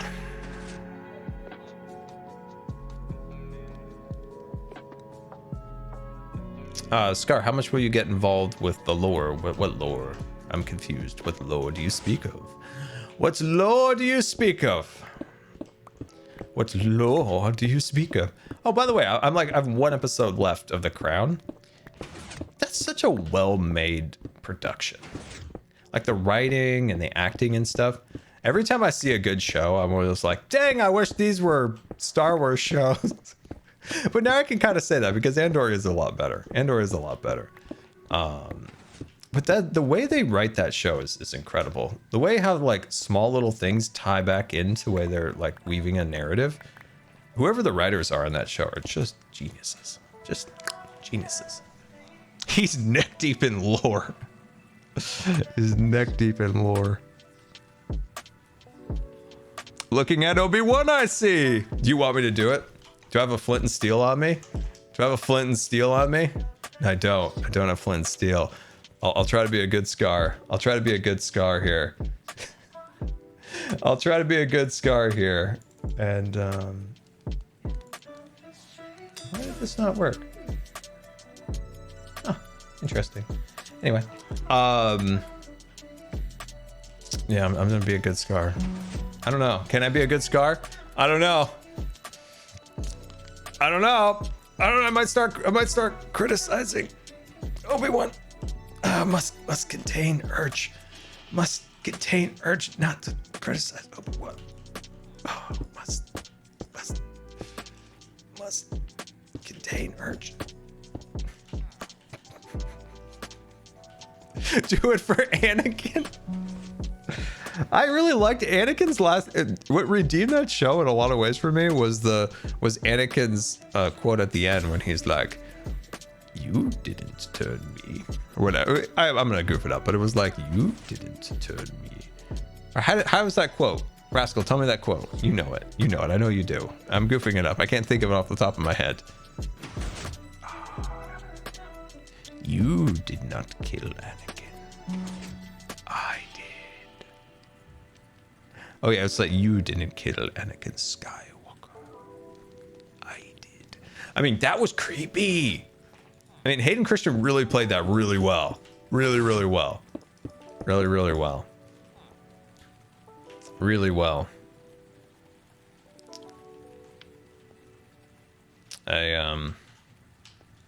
That was a good scene. I thought that actually fixed some lore issues a little bit. In some cases, a little. I don't know. Here, let me. Oh God, I just don't want to be negative. Jimmy, I am your father. Oh, that'd be actually really funny. Do I have any plans to go to TwitchCon in the future? Maybe.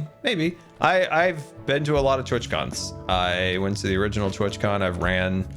I've ran 3 of the disability panels. Set up 2 more, like in the background for Twitch. I've done those a lot. Every time I went to TwitchCon, there wasn't a single person there that I knew until this last TwitchCon. There was people there and that I knew, and I'm like, where were you all years ago? Where were you all years ago? I am not your failure, Obi-Wan. You didn't kill Anakin Skywalker. I did. That was a good line. I like that line. That was a good line. I can live with Obi-Wan the show because of that line. Because it was a well done line, and it was finally got to see Hayden again, and that was cool. But like I've said a million times, Obi-Wan should have been treated with the respect, the budgets, and the professionalism as like House of Dragon or some, show like that, because you're dealing with probably arguably one of the most popular pop culture characters ever, and that's Darth Vader. And then Obi-Wan's, equally as popular, not you know what I'm saying. I just felt like they were just kind of, I don't know. It was like Disney was like, my name's Bobby Paycheck and I'm cutting your budget. I'm cutting your budget. It's just there's a difference between the writing. You can easily see the difference in the writing of Andor versus the writing of Obi-Wan.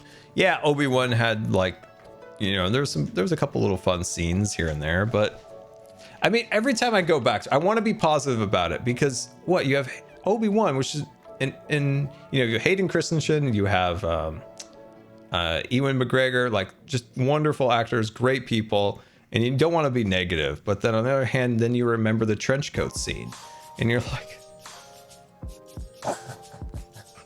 "This is beneath Cat Dog on Nickelodeon." Like that scene is beneath Cat Dog. It's beneath Cat Dog. I don't even think the Cat Dog writers would have written this scene like that. Like, who would you? I can never get over that scene, or Wade. or like the snow speeders and how they like scaled multiple times, like they got bigger and smaller, like in real time. They were like, it was like Ant-Man all of a sudden. It's like, how is this getting bigger? How is this getting smaller? How is this getting bigger and smaller in the same scene? I'm so confused. I'm so confused. I was so excited about the fortress, the Inquisitor's Fortress Inquisitoria or whatever it's called. I was so excited about that, but that was arguably the worst thing. That is the single most worst thing on Disney Plus. There's nothing on Disney Plus worse than that episode. And you could fight me over it because that is the worst possible thing. It's the worst. Is Scarzo planning to overthrow Jimmy? No. Me? No. Never. I am a loyal deputy.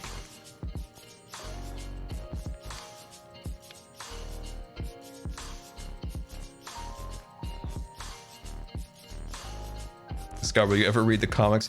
Rascal, how am I supposed to read the comics when every time they retcon something, you were so sad, and I'm like, I don't want to be sad. I won't read.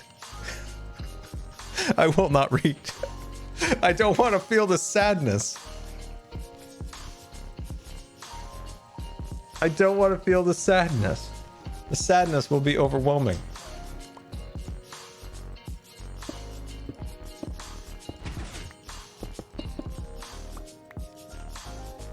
Anyway.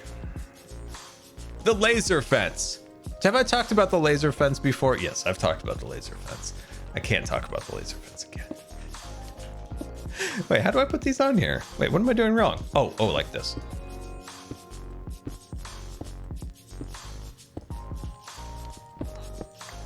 I think this will increase the capacity quite a bit because it wasn't producing as much as I wanted to. And this is like a goofy Scar design. So, I mean, obviously nobody was expecting a lot, but I was expecting maybe a little bit more. I was expecting a little bit more. You remember the gentleman who edited Obi into a movie? One of the things that guy did in the edit was he like, did my camera go away? Knock knock, camera, hello. Knock knock. Did my camera just now go away? Shoot, why did it do that? Did it overheat?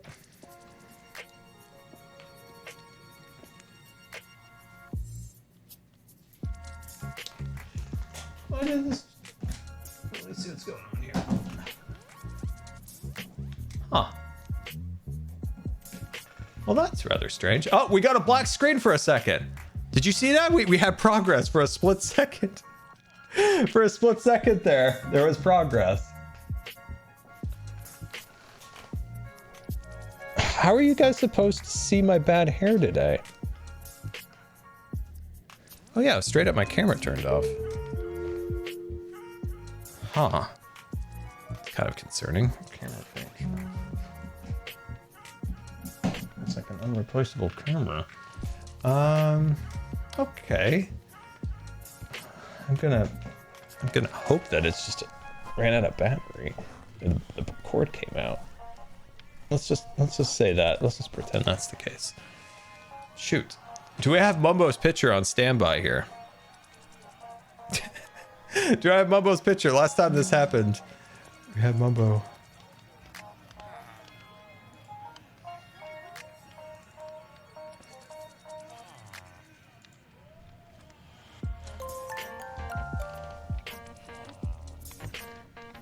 Kazbak Gaming get attacked. X500. The camera overheated because it can't handle all these hot takes. Hey, we're back. A hot guy's back.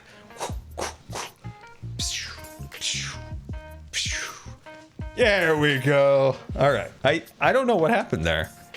Kind of concerning. The battery is absolutely dead, but it's plugged in, so I don't know why it would have done that. Anyway, we're back. We're back. We are back. Where did we leave off? Ah, that's right. We were trashing Obi-Wan Kenobi. How did the lone Jedi, right? How did the Jedi dude find Obi on Tatooine? Like, was that ever explained? Was that ever explained? How the guy that the Inquisitors killed, how did he find Obi?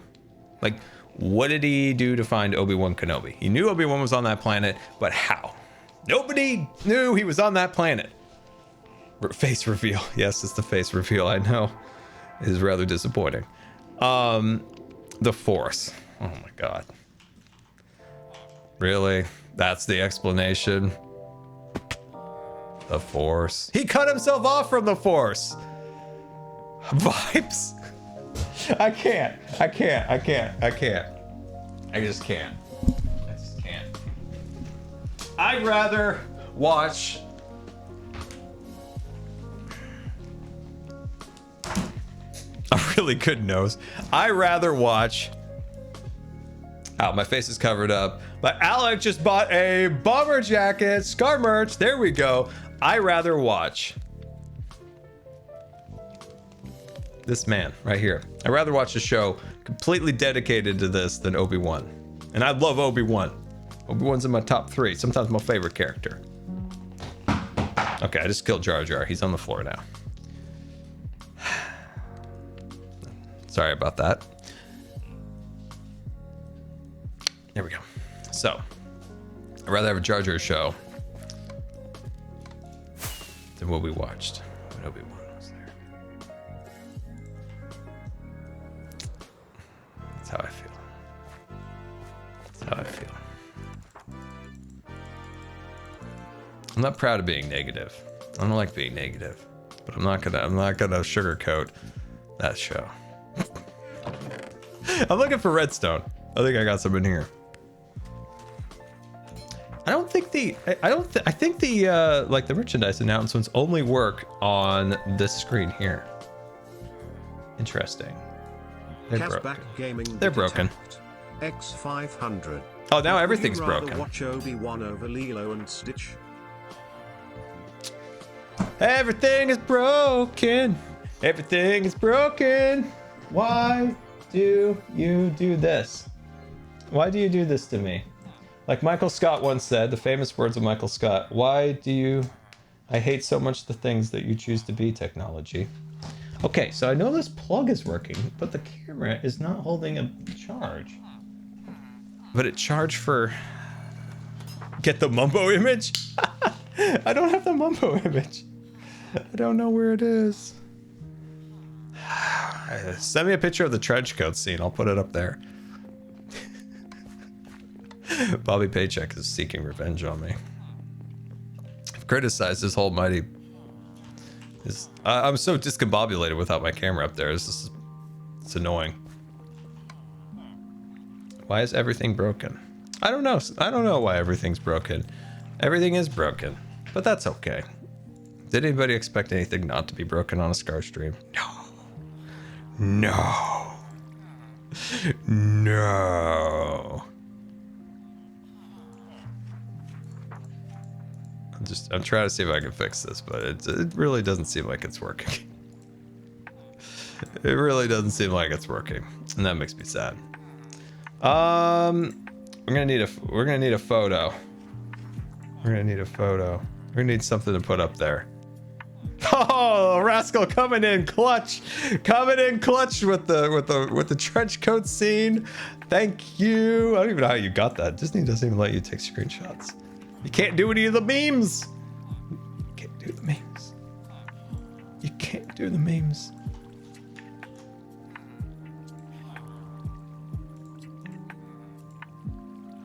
You can't do the memes.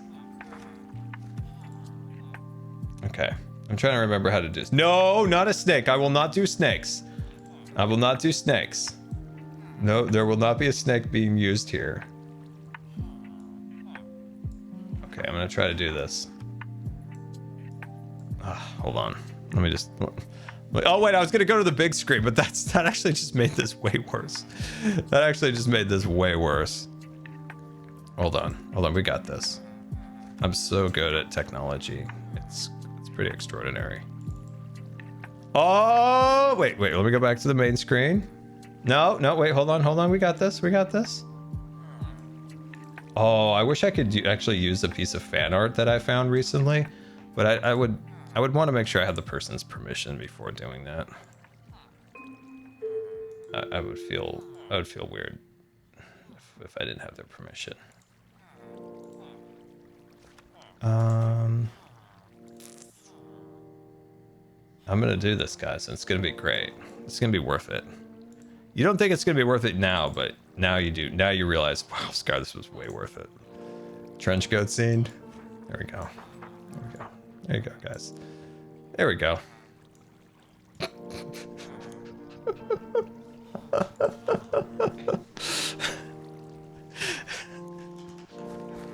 There we go. Trench coat scene. There we go. It's quality content right there. That's what we call quality content.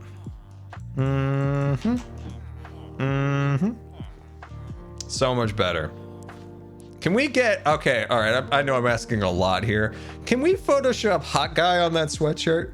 Can we Photoshop hot guy on there? Is that too much to ask? Oh gosh. I feel like that's not too much to ask, right? That's not too much to ask, right? I don't think that's too much to ask, right? That's above my skill level. That's funny. All right, where were we? We've got to increase this capacity of this farm. We have too much fun around here. Oh gosh, this is my outlet. This is my outlet. What the heck? Who are you? Oh, you're Melon Guy. You're still alive? Wow, I'm so happy you're still alive. I'm so happy.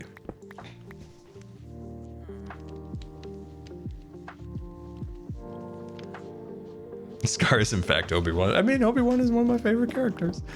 One of my favorite characters. One of my favorites. Oh, by the way, can I get some experts in the chat here? Can I get some experts here? And Alexander, thank you so much for the hot guy sweatshirt. I thought this would work. You have the music maker, right? And then you have a block on it to make the music, but it's not working. Why is this not working? I'm so confused. Wait, you have to put redstone up here? I'm confused. Is this working? No clue? Yeah, I'm kind of in the no clue. It has to be a block under. They can't be on top. On top mutes it. Oh, that's a shame. Because I had this all set up with like funny notes and stuff. That makes Scar sad face.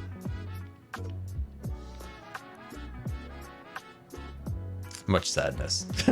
Much sadness. Oh well, we tried. Oh well, I tried. There we go. Sweet. Nice. That should increase the capacity a little bit, right? I think so. Yeah, I think so. I'm just looking at Obi-Wan up there. Oh, the trench coat scene. I'll never forgive it. I'll never forgive it. Never forgive. There we go. Sweet. Okay, so if we just open up this. Hey, oh, why'd that scare me so much? Oh my gosh, that freaked me out. Oh my gosh, that freaked me out. Why did that scare me so much? Why did that scare me so much? I'm mildly embarrassed right now. Maybe a little more than mildly, but that's okay. That's fine. I don't know why that really freaked me out. Jeez Louise. Oh my gosh, wait, check the Discord? Where do I check? What do I check? Oh, oh, that's really good. That's really good with the hot guy above it. Oh, that's really good. Oh, I like that. Yeah, no, that straight up was a jump scare. Let's see, we need to get the rails in. I'm just trying to remember how to make this. So, oh no, you're broken. Now you're definitely broken more than you were. There we go. Sweet. Anyway, if you guys have any Q&A questions, go hashtag Q&A Scar if you have any Q&A questions. You've been wondering anything? If you have any questions, we will try to get to some if we can.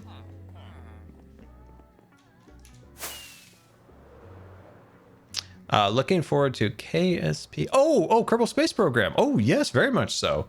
Very much so. I very much enjoyed the original. Played it quite a bit in the early years. Not so much in the later years. But yeah, really enjoyed it. Played a lot when it first came out. Really enjoyed it. Just joined. Why is there an Obi-Wan there? My camera broke, so we wanted to memorialize my least favorite scene in Star Wars of all time.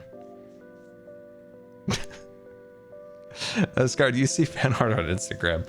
I have to go search for it, which I often do, but I don't like. It's not like presented to me in the Discover tab, which is frustrating. It's frustrating because I've seen some of the absolute best fan art on Instagram, and I'm like, why can't I see this normally? Why do I want this? Give it to me, Instagram. Stop giving me this random garbage. I want to see this.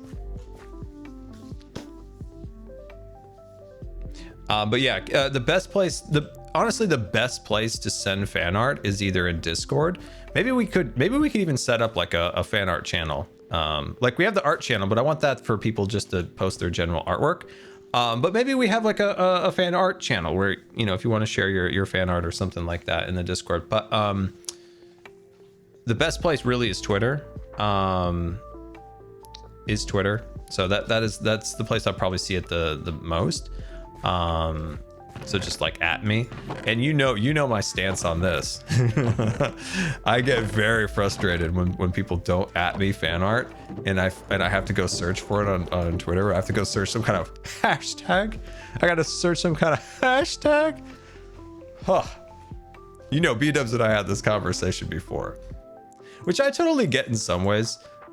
Like some artists are like, you know, I'm still learning and this and that, and I just want to share it, but I don't want to share it to like a larger audience type of thing, which I totally get, but also never fear. We're very accepting. We love all artwork here. I love anything from a scribble scratch to a Monet. We're all accepting and loving of everybody's skill, because you got to start somewhere. You've got to learn, and the best way of doing it is practice, and sending it to me, because it helps me on bad days when I have no motivation. I see artwork and I'm like, I am ready to go.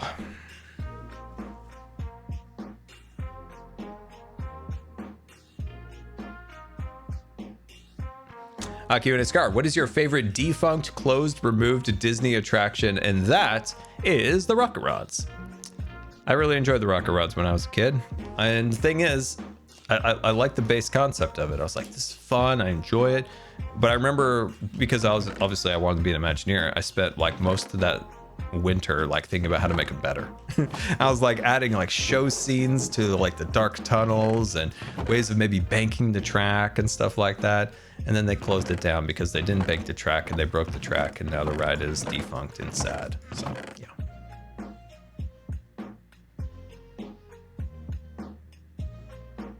Scar, do you have a really good winter memory? It's snowing today. A winter memory? Oh, that's a wonderful question. Wait, what was I getting here? Oh, I was getting track and buckets. I was so distracted. That's a good question.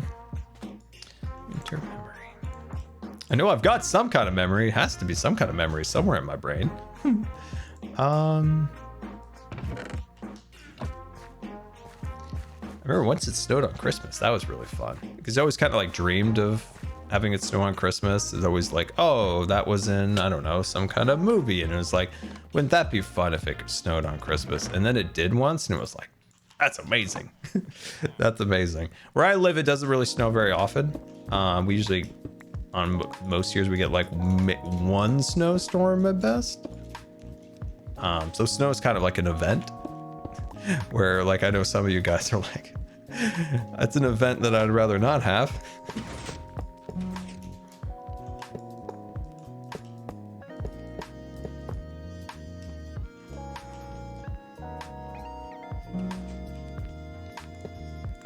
When I grew up in California, it snowed once in the Bay Area, and there were some small, tiny flakes that came down for about 5 minutes on the way to the VHS store. And I was so excited that when I got home, I was getting the sled.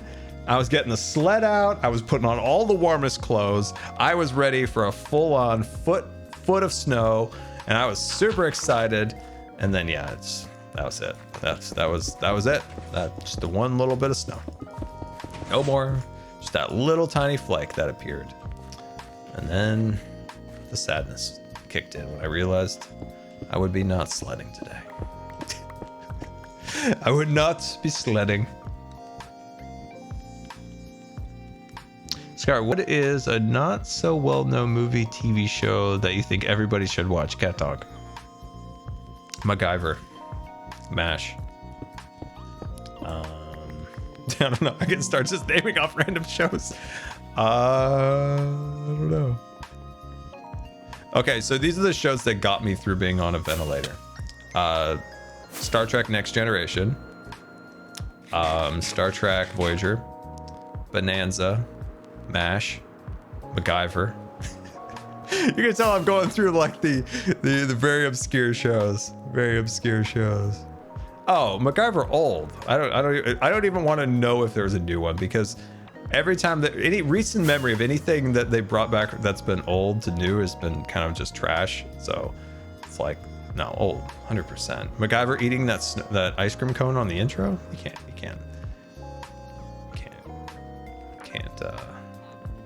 I didn't even know there was a new one, and I don't even want to know, because I know it's just a cash grab. It's like a creatively bankrupt cash grab, and they're like, let's find this old show that people liked from a long time ago and bring it back because we got no new ideas. I'm very cynical towards Hollywood these days. I've been burned too many times that I got way. I guess this is my issue. I used to get so excited when, you know, they were gonna bring back a show. It's like, it's gonna be amazing, and then it came back and it was terrible, and I'm like, never again will I fall for this.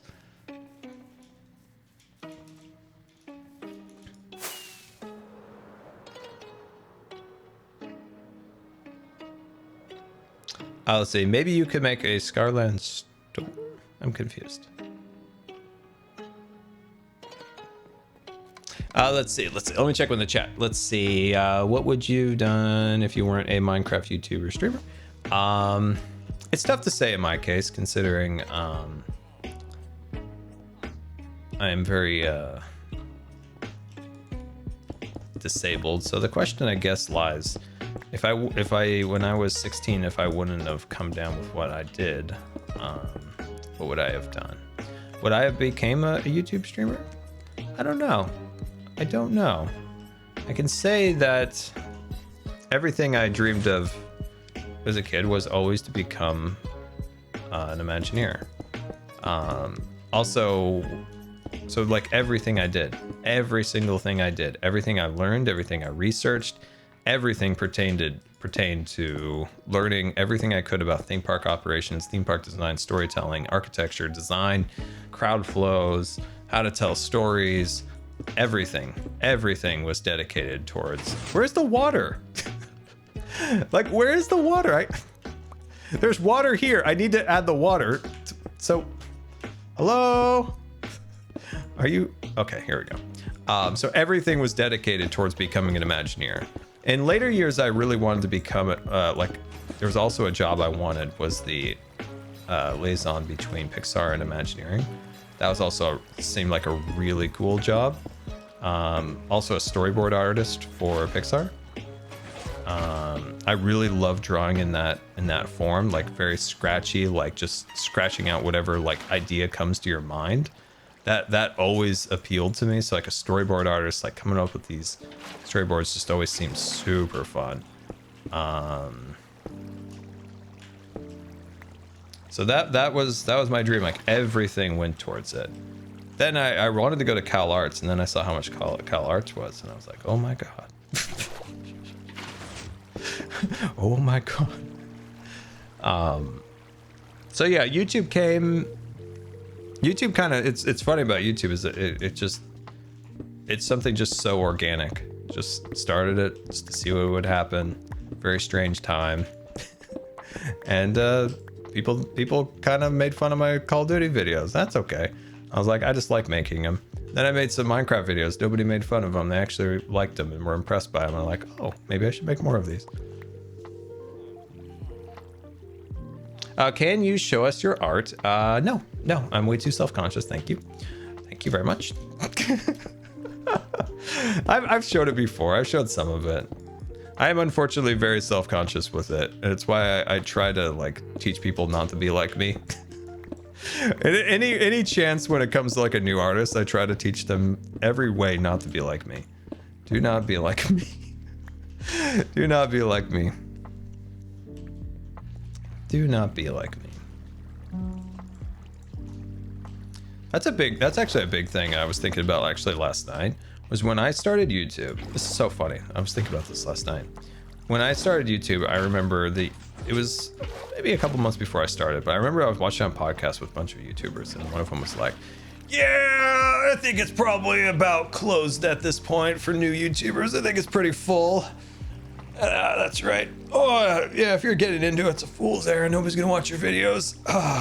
The big guys are already here. We're taking up all the volume. Yep. I wouldn't even try it. Waste of time, waste of money. Yep.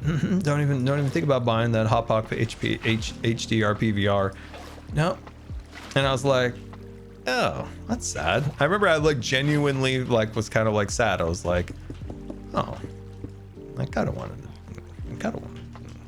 to do this. Oh wait, oh no, we need to go further. We must go further. And I remember just feeling like kind of like gutted a little bit listening to that. And then surprisingly, something like just clicked in my mind, and I was like, nah. Like I instantly just detected like the bull crud of that statement and how just like destructive in some ways it is.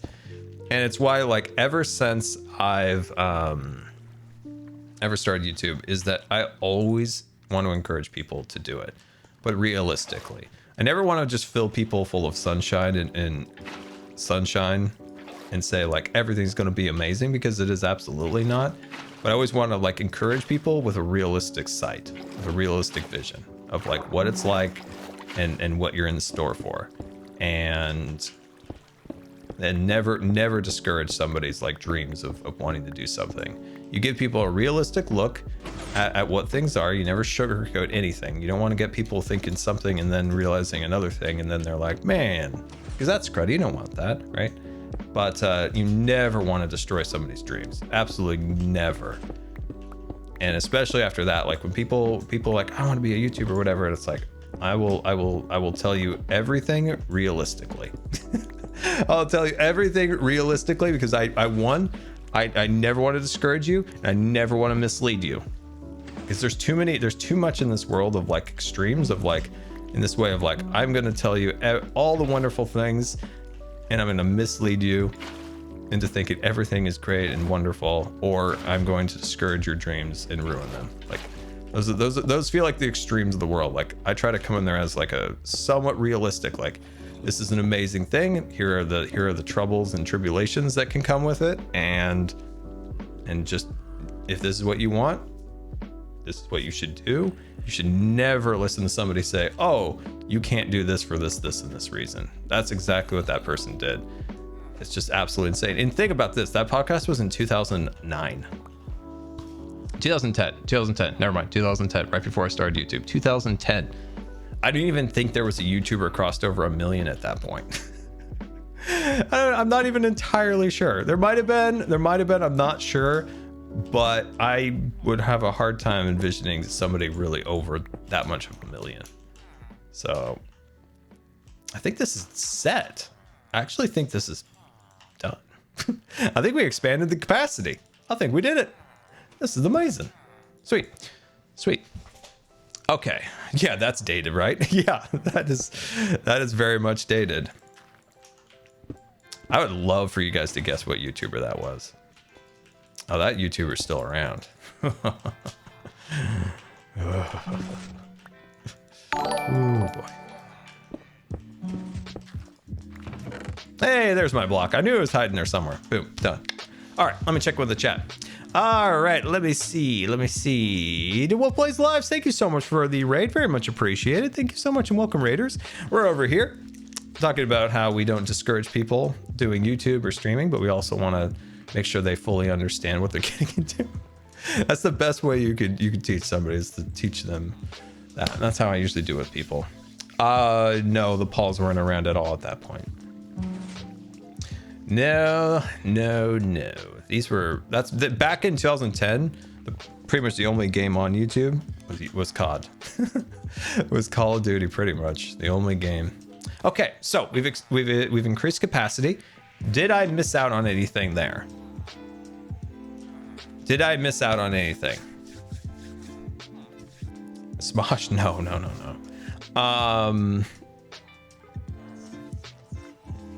Paul's are on Disney Channel? No. Really? What? Did I not plant the sugar cane? Oh, shoot. The most important part I have forgotten, apparently. They were on the Disney Channel? You're making me like fall off scaffolding because I've never heard this before. I'm not really like I don't really keep up with that type of stuff. So that's kind of I don't really know much about that crew. I just don't really stay in that lane on YouTube at all. So I'm just kind of shocked right now. I forgot the sugar. Oh, you're right. What in the world, Scar? Oh, because there wasn't any water in there. That's right. That is right. Beautiful. That's a huge new segment of sugarcane there. So that should boost the capacity of this farm by a significant amount. Sweet. Beautiful. Beautiful. Jelly just snored really, really loud. I don't know if you guys just heard that. Is there lighting? Oh, dude, you're right. You're right. What am I doing? Shaders reloaded. What am I? Man, I'm going insane today. I don't even know what I'm doing. There we go. Make sure that lightens up there. Beautiful. Nice and light and bright. That's the way we like it. Beautiful. Nice. All right, perfect. We increased capacity. Capacity has been increased. Nice. Beautiful. We did it. Anyway, let's see. What are you guys up to? Any more Q&A questions? Let's see. Q&A Scar. Will you consider fan-made covers of some of your videos? I would love to do it if you die. Fan-made cover. Wait. Consider fan-made art covers of some of your videos. You mean like attraction posters at Disneyland or movie posters? If that's what you mean, I'm not entirely sure, but I mean, you can't see it, but I am a huge fan of attraction posters or movie posters. You can't see it because Obi-Wan's trench coat's blocking it. Oh, like Doc's thumbnails with like the artwork on there. Yeah, that's like Doc's thing, you know, like, but you know, one time there was a piece of fan art. It might have been in the Hermit Zen, which I feel like never gets proper recognition.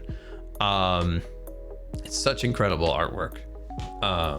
But there was a Hermit Zen, probably back maybe season 7, and I don't know who the artist was, and I've always meant to like try to figure out who it is to reach out to them to maybe commission them to do more of these pieces of art. So what they made was like a comic book look at my trip to the Nether via ScarX's like drill, and it was so cool. And it was just like this instant inspiration of like, what if somebody made those for like all of my seasons, and I sold, like, you know, commissioned them to like make them, and then, you know, like do those as like posters that people could get, something like that for their room.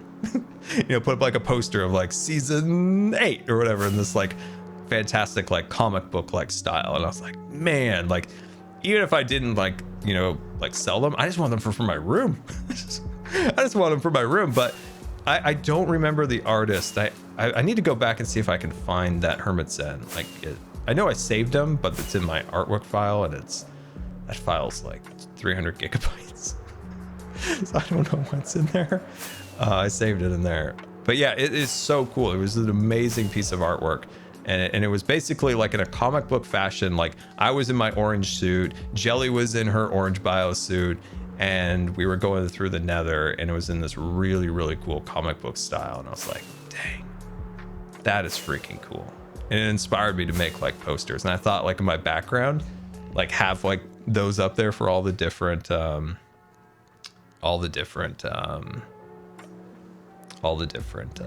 seasons. That'd be really cool. Anyway, if you ever know who that artist was that did the Hermit Zen of that way back in season 7, let the old Scar know. It's amazing. It was amazing.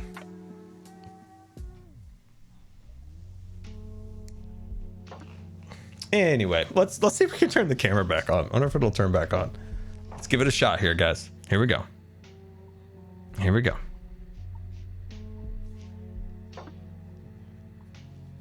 Hey, guess who's under the trench coat? It's a Hawkeye. It's a Hawkeye. Awesome. He's back. He's back. All right, there we go. Good. I'm glad that that's set up, because that farm was not producing as much. Oh, excuse me. Whew. That was not producing as much as I wanted it to. He's back with the Hawkeye sweatshirt. By the way, I know there were some questions about this shirt particular one, so let me show it to you. The Hawkeye sweatshirt that I showed in my video had a small Hawkeye logo on the right side. This is the Hawkeye sweatshirt that will be coming, the bigger one, which I think is better because it's bigger, it's better. The other one was like a mistake because the acid wash t-shirt has the smaller logo on the side, and when they printed it, they just printed both of the same for my sample version, and then they sent out this additional sample version just to show that this is the Hawkeye one. This is the one that will ship. The nice big logo on the front. So yeah, I just wanted to clarify because some people were asking, but that is the case. That will be the Hawkeye. That will be the Hawkeye sweatshirt. You think anybody in Louisiana has bought a Hawkeye sweatshirt so they can represent their state? There's no Hawkeyes in Louisiana. I'm just saying. There is a gas somewhere here. Oh, I was talking about this at the beginning of the stream. It was a t-shirt idea that I had. I thought at the end of the crossover, how funny would it be if we did a t-shirt run that just said, I survived the Hermageddon.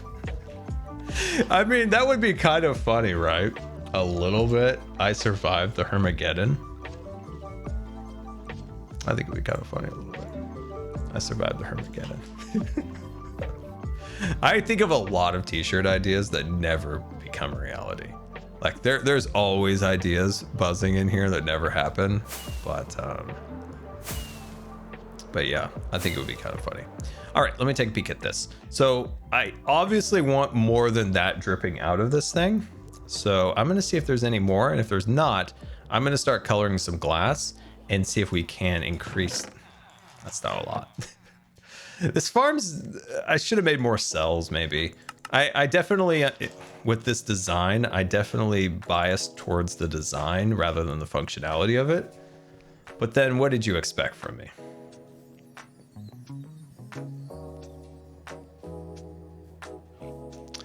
So.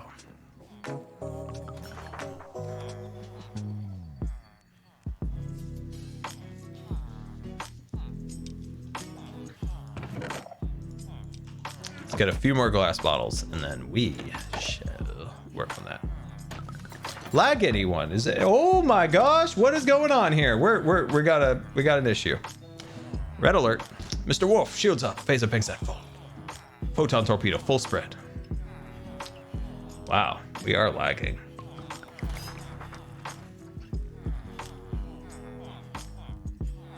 Wow, we're down to 93 kilobits.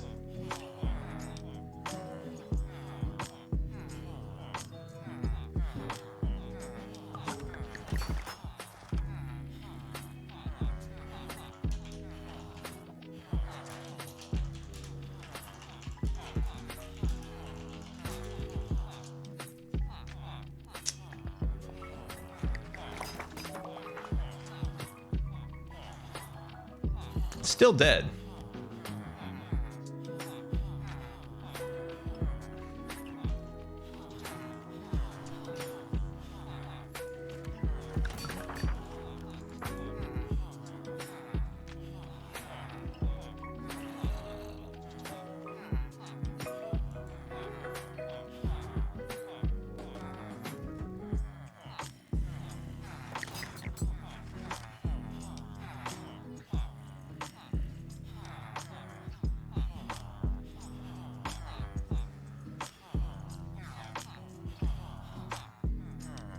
We back?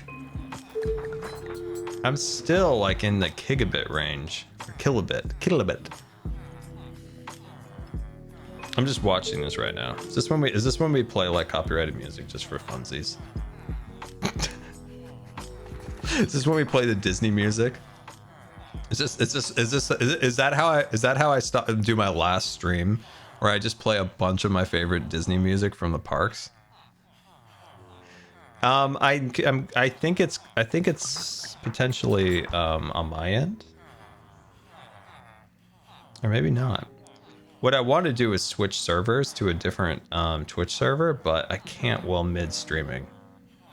Okay, we're green. We're green, everybody. We are green. Is it back? Is it better quality? Are we in HD?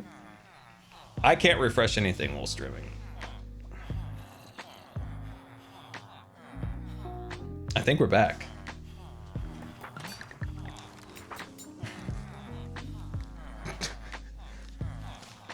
I don't know why I did that. Ah, now I'm knocking my ear off.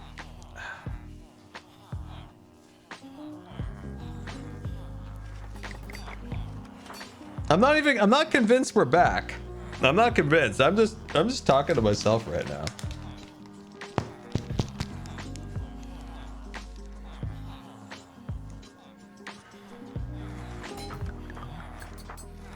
We are okay. In the chat. Can you see me in good quality? Like, is the screen okay? Like, I move around, it's not too pixelated. Can you hear me in good quality voice? Like, yes and yes on those. We're back. It's good. It's perfect. All right then. All right, where were we? I think we're getting some glass bottles. I love today's just the most casual stream imaginable. I'm having so much fun today. Just casual. We're just watching me mess with my hair. I just feel like this is like an old-fashioned stream and I'm loving it.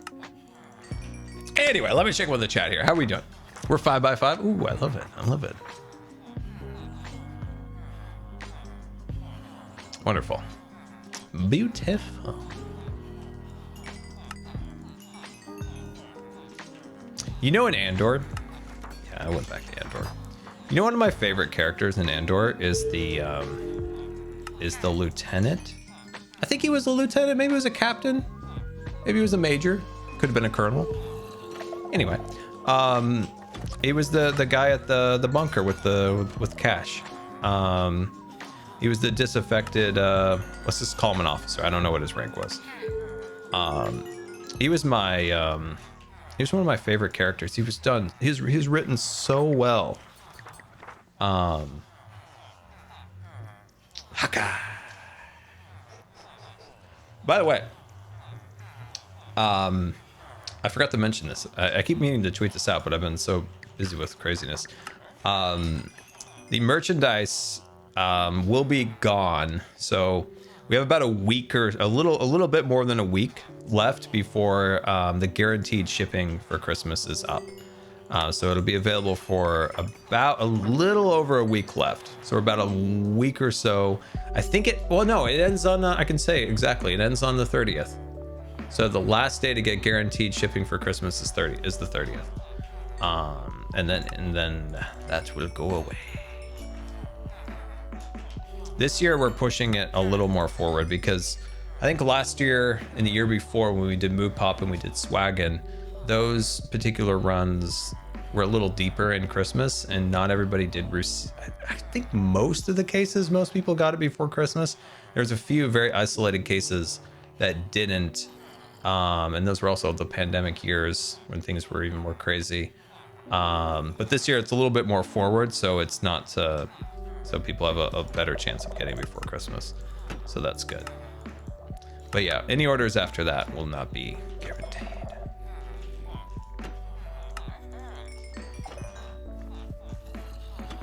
Anyway, let me check my chat. Let's say this is my first stream I've caught, but I decided you were my favorite YouTuber since last life. Oh, Crops, thank you so much for that nice message. I would love to have another Last Life series, right? Ah, it'd be nice to have one of those. I mean, Green did say we were going to all meet up in real life and last man standing type of thing in real life. Not sure how that's going to go. We did say that. Real life lore. Real life Last Life. Let's see, Q&A Scar, would you ever consider bringing back old merch designs? Probably not, unless there was like a very like limited time thing of like go through the multiverse. I don't know. Probably not, because I always just look forward to what's next. Like, what's the next fun design I can come up with in my head? What's the next fun, design and thing that I want to do next? I don't think this is the block that you typically scaffold on. Okay, this isn't working out. This is not working out at all. That was an absolute failure. That is the worst scaffolding material ever next to actual scaffolding. Because as you know, scaffolding is... I just need one block. Just need one block. There we go. There we are. That should be a good amount of bottles in here for anything anybody needs these for. I'll probably add some more. I'll probably add some more later on, but I think this is a good amount. I think we can safely say that this will suffice. And the rest of those ones down there are the shears. The Swaggin'! I've never, this is what actually genuinely bums me out. I've always wanted to see somebody wear one of my pieces of merchandise, like the Swaggin' or Moo Pop in real life. But then I have to remember that I don't go anywhere. So how would I have ever seen it? Like, how would I ever have seen it? How would I ever have seen it? Would I see it in the hospital? There we go. That's where I would have seen it. That's where I would see it. Team Dirt for scaffolding? Of course. Of course.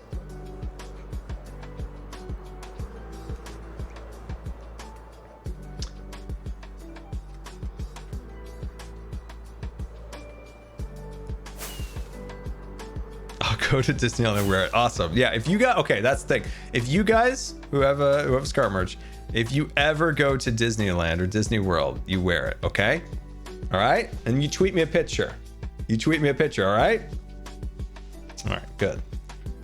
Good. Hermigeddon is looking good. Green did a fantastic job with this area down here where he got old Grumbot designed. I really like this. He did a fantastic job with this. Looks really good. Yeah, looks great. Would I ever consider doing another plushie? I know Rascal wants me to do another plushie of like a Scar plushie to go with Jelly. Maybe. I might. I mean, I like the jelly plushie, and having another one. Oh, what in the world? Okay, this caught me off guard. This is so delightful. Oh, I love it so much. Joe must have logged out here. Anyway, yeah, I've considered it. I've considered it. Okay, anyway, let's get back to work. Let's get back to work. This has been Ultimate Chill Stream. I'm just enjoying talking with you guys. All right, let's see here. So we've got that down. We only have 3 of these blocks. Well, if we only have 3, we can always make some. Oh, we've got 11 now. Oh, by the way, I found ancient debris. Don't know what I'm gonna do with it, but I got it. Wait, I thought I found more than 1. Oh, I found 4 on create. That's right. I'm confusing series together lately. Anyway, what are my thoughts on hairless cats? I don't know. They're fine. They're not like my favorite type of cat, but they're cool, I guess. Remember Mr. Bigglesworth? There we go. It's been so long since I've seen Austin Powers. The last time I saw it was when a Bulgarian gentleman stole our VHS of it and never saw it again. Never saw Austin Powers again after that.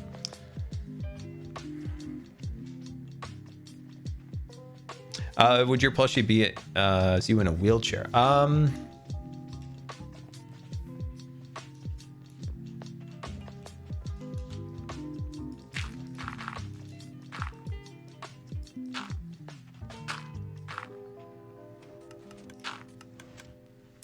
I don't. Hey, look, it's working. You saw the little pieces there. I don't think so. I don't know. I never really considered that, honestly. Not entirely sure. But yes, the Bulgarian gentleman. That was so long ago. There was literally a VCH or VCR, whatever. OG Scar plushie skin.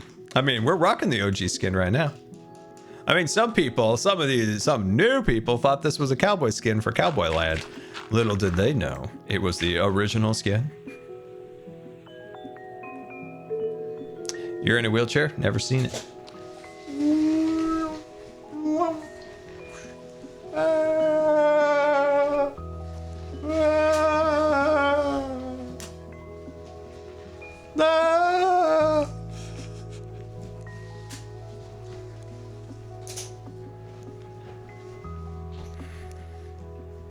Can I talk about how sad I am about my wheelchair right now? It's been 2 years. I've been trying to get a new wheelchair for 2 years. 2 years. And in the end, you boys only getting parts. It's so frustrating, honestly. Moon bit attacked. X500. You should do a live stream of you hiking with the all-terrain wheelchair. I would love to. Unfortunately, I've been very much stuck within the vicinity of my door.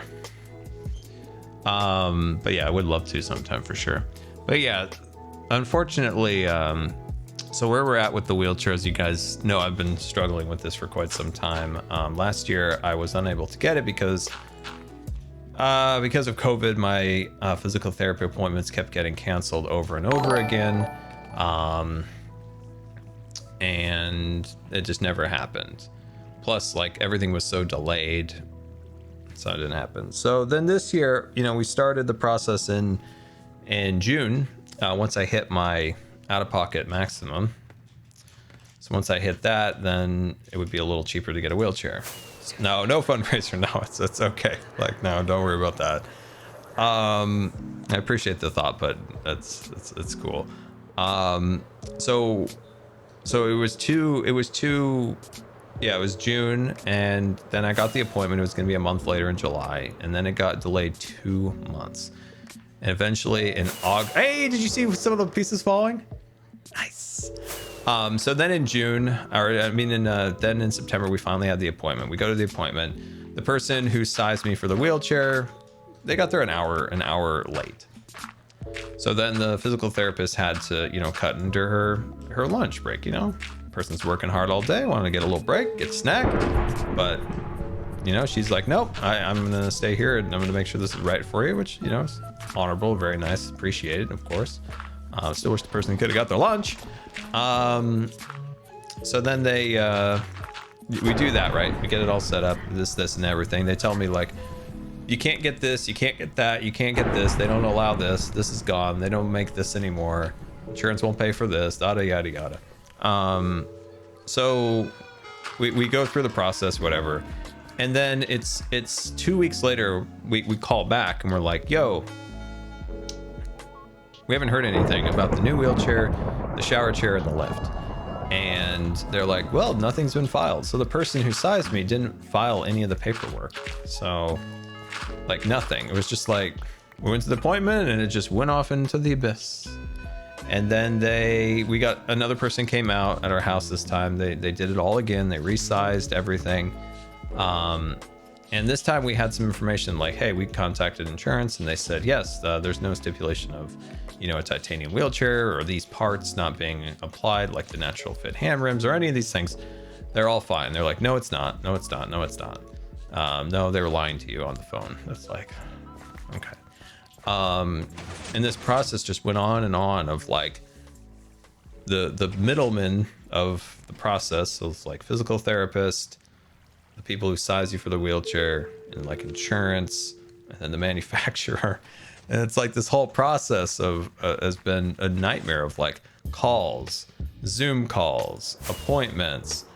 And in the end, it's basically, I'm going to get some parts for my current wheelchair to kind of keep it going, because it's no joke that the wheelchair they were going to offer me was a downgrade over what I have. And it's like, the whole point of getting a new wheelchair was, one, this chair has so many broken parts on it. It made more sense to get a new wheelchair, and hopefully in that process get a wheelchair that's lighter enough that I can then lift it again, because as of now, I could never lift this current chair. But if I were to get a titanium chair with some like lighter components and pieces, I might have a slightly higher independence level and more functionality by having the ability to lift it myself. And also it would help my parents not break their back lifting it. But as we all know, according to Medicare and according to health insurance, they do not care about the well-being of a caregiver. So that is an actual thing. Like the well-being or the comfort of a caregiver does not go into their decision-making of a device. So in the end, my decision was that instead of get a wheelchair that is a downgrade on my current chair that gives me less functionality, I'm just going to try to make this chair work as long as possible by getting some new parts for it. It's a manual chair. It does have a smart drive on the back to give it like a little push. Give it a little push. So yeah, so we're going to fix the casters in the front, which are broken. The brakes are broken. The cushion is like a Roho, so it like inflates. So it keeps like your pressure from your back off. That is broken. So they're going to replace the back. The tires are on their absolute last legs. They hold air for about a week. About a week, and then they're gone. So they're going to replace those. But all the parts are still in limbo. But what they do have is the lift in the shower chair. Those are finally been approved. And this was just insane. Like we're the middlemen, like the people who purchase the chair from the dealer, you know, that middle person there said at one point that we were gonna have to fund the shower chair and the lift, because sometimes insurance will deny things after saying that they approve them. So to avoid our liability, you would need to pay for them up front, and when the time comes, you would be reimbursed by insurance.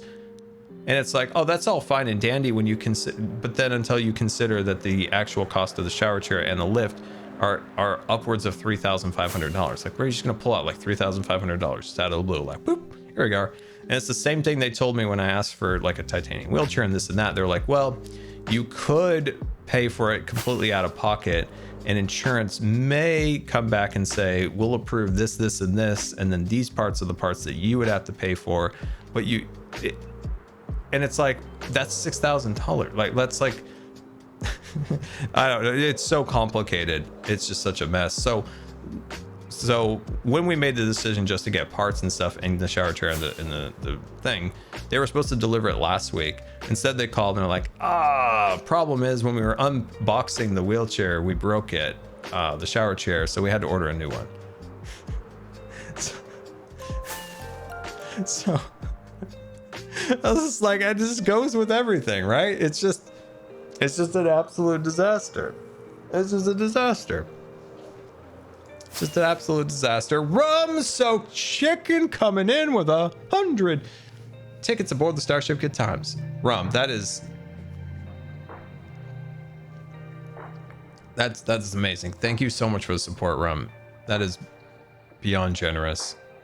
That is absolutely. That is, I don't know. I think I've seen like 100 gifted one time. So like, that's just incredible. So thank you, Rum, from the bottom of my heart. I very, very much appreciate that. And for everybody who was gifted a subscription from Rum, send Rum some hearts and some nice messages in the chat. And remember that you can join us on Discord, and of course, use those jelly emotes in the chat and etc. So thank you so much. But yeah, it's just a process that has gone on for so long. Now bit attacks. X1000. Everyone, switch up. Thank you so much for the bits. Very much appreciated. But yeah, it's just such a frustrating thing.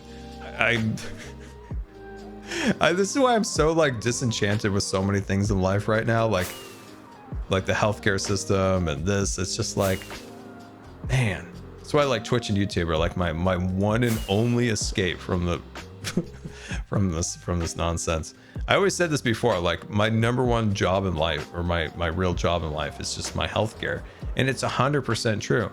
You like when you're chronically ill, and I know some of you out there can relate. Like your job is managing your health, and if you don't do that, then you'll just have a ton of issues if you're not constantly on top of this stuff. It's terrible. It's absolutely terrible.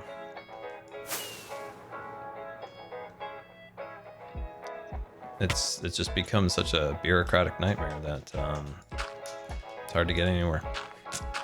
We really encountered that with my poor aunt, who recently passed away. Like, the amount of like bureaucratic nightmares, like some of that stuff. Just, one of the sad facts is that this is something my aunt said, is like, my aunt's like, she's Native American. She's like, in like Native cultures and stuff like that, there's so much time goes into like mourning. Like, there's so much time goes into like the mourning process of like losing somebody. But like in Western society, it's like the second that happens, it's like, we got to get you the signed documents. We got to get you these bank systems moving. We got to sell this house. Like, it's like, do you give the person like 5 minutes to like mourn the loss of like a family member? It's like, she was so true on that. Like, I didn't even really realize it until she said it. I'm like, it's just so normal, I guess. Like, that you just have to start like filling out paperwork and this and this and that. There's no time to just like mourn somebody's death. I don't know. I wish some of that stuff would change in society or whatever. I wish some of that stuff would get better.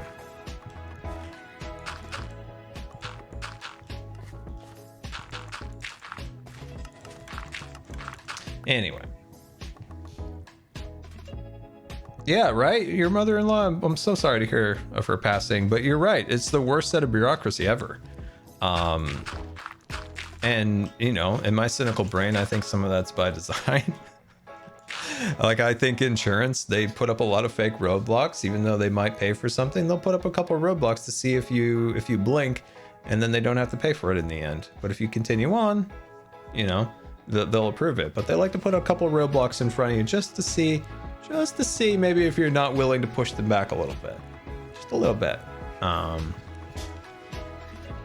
That's I joke that I like a good like conspiracy, but really that's the only conspiracy that I actually believe in, that insurance actually does that for realsies. That they actually do that. I'm pretty sure they do. I'm pretty sure. Scar for senator. The senator of the galaxy. Dude, if I was a politician, I would just be there and making fun of them the whole time. I would just make a mockery of them, making a mockery of our lives. It's like, really? You're gonna do that? Really? Really? Really? How's that gonna help somebody? How's that gonna help somebody? How's that gonna help somebody struggling? Really? Is that gonna help somebody? Is that really gonna help somebody? No, they kicked me out. They kicked me out. Let's see. Johnny our dog, thank you so much for the 5 gifted subscriptions. Very much appreciated. And thank you for the 3-month resubscription also. Very much appreciated. Very much. Okay, this is looking so much better. So much better. No, my entire time, if I was a politician, I would be calling out politicians. They would kick me out. That looks great, right? I love that. Oh, finally my vision has come true with the draining of the honey out of the bottom. I like that. And it's actually functional. There's literally honey draining out of the bottom for realsies. I love it. I've been playing this game so long, but I still love it. I still love it. That's what's so crazy about Minecraft is I've been playing this game since 2010, but I still absolutely love it. And it never gets old. Like, yeah, there's sometimes like, oh, I don't know, maybe you need a little break, right? Everybody needs a little break every once in a while for even things they absolutely love. But it never gets old and it never gets boring. There's always something to discover. There's always something to create in this game. And that's like the beauty of this game so much. It's like the ability to just constantly create and like take things from your imagination and make the world your own. Because there's so many fun games, right? Red Dead Redemption, The Witcher. These are all like just incredible games. Some of my favorite games. But I can't really make those games my own. Or as Minecraft, I can make this game my own. Like, this is mine. This is my little space here that I carved out and created. And have we reached capacity of the honeys? I didn't think we reached capacity yet. Interesting. But I think that's the beauty of Minecraft is that, you know, we can play a narrative game and we can really love it and we could say best game ever or whatever, but we always come back to Minecraft. We always come back to Minecraft because Minecraft is our home because we made this our virtual home. Is he gonna go back in his honey house? No. Oh well, this just adds more like kinetic energy to the world. Oh, no, this is not an exit. This is not an exit. This is not an exit. Thank you very much.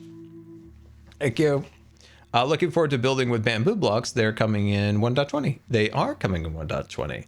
I haven't really found an exact use yet for them, other than making like, well, actually I have thought of a use for one of them. I can't say it's a spoiler, Reese's. It's a spoiler.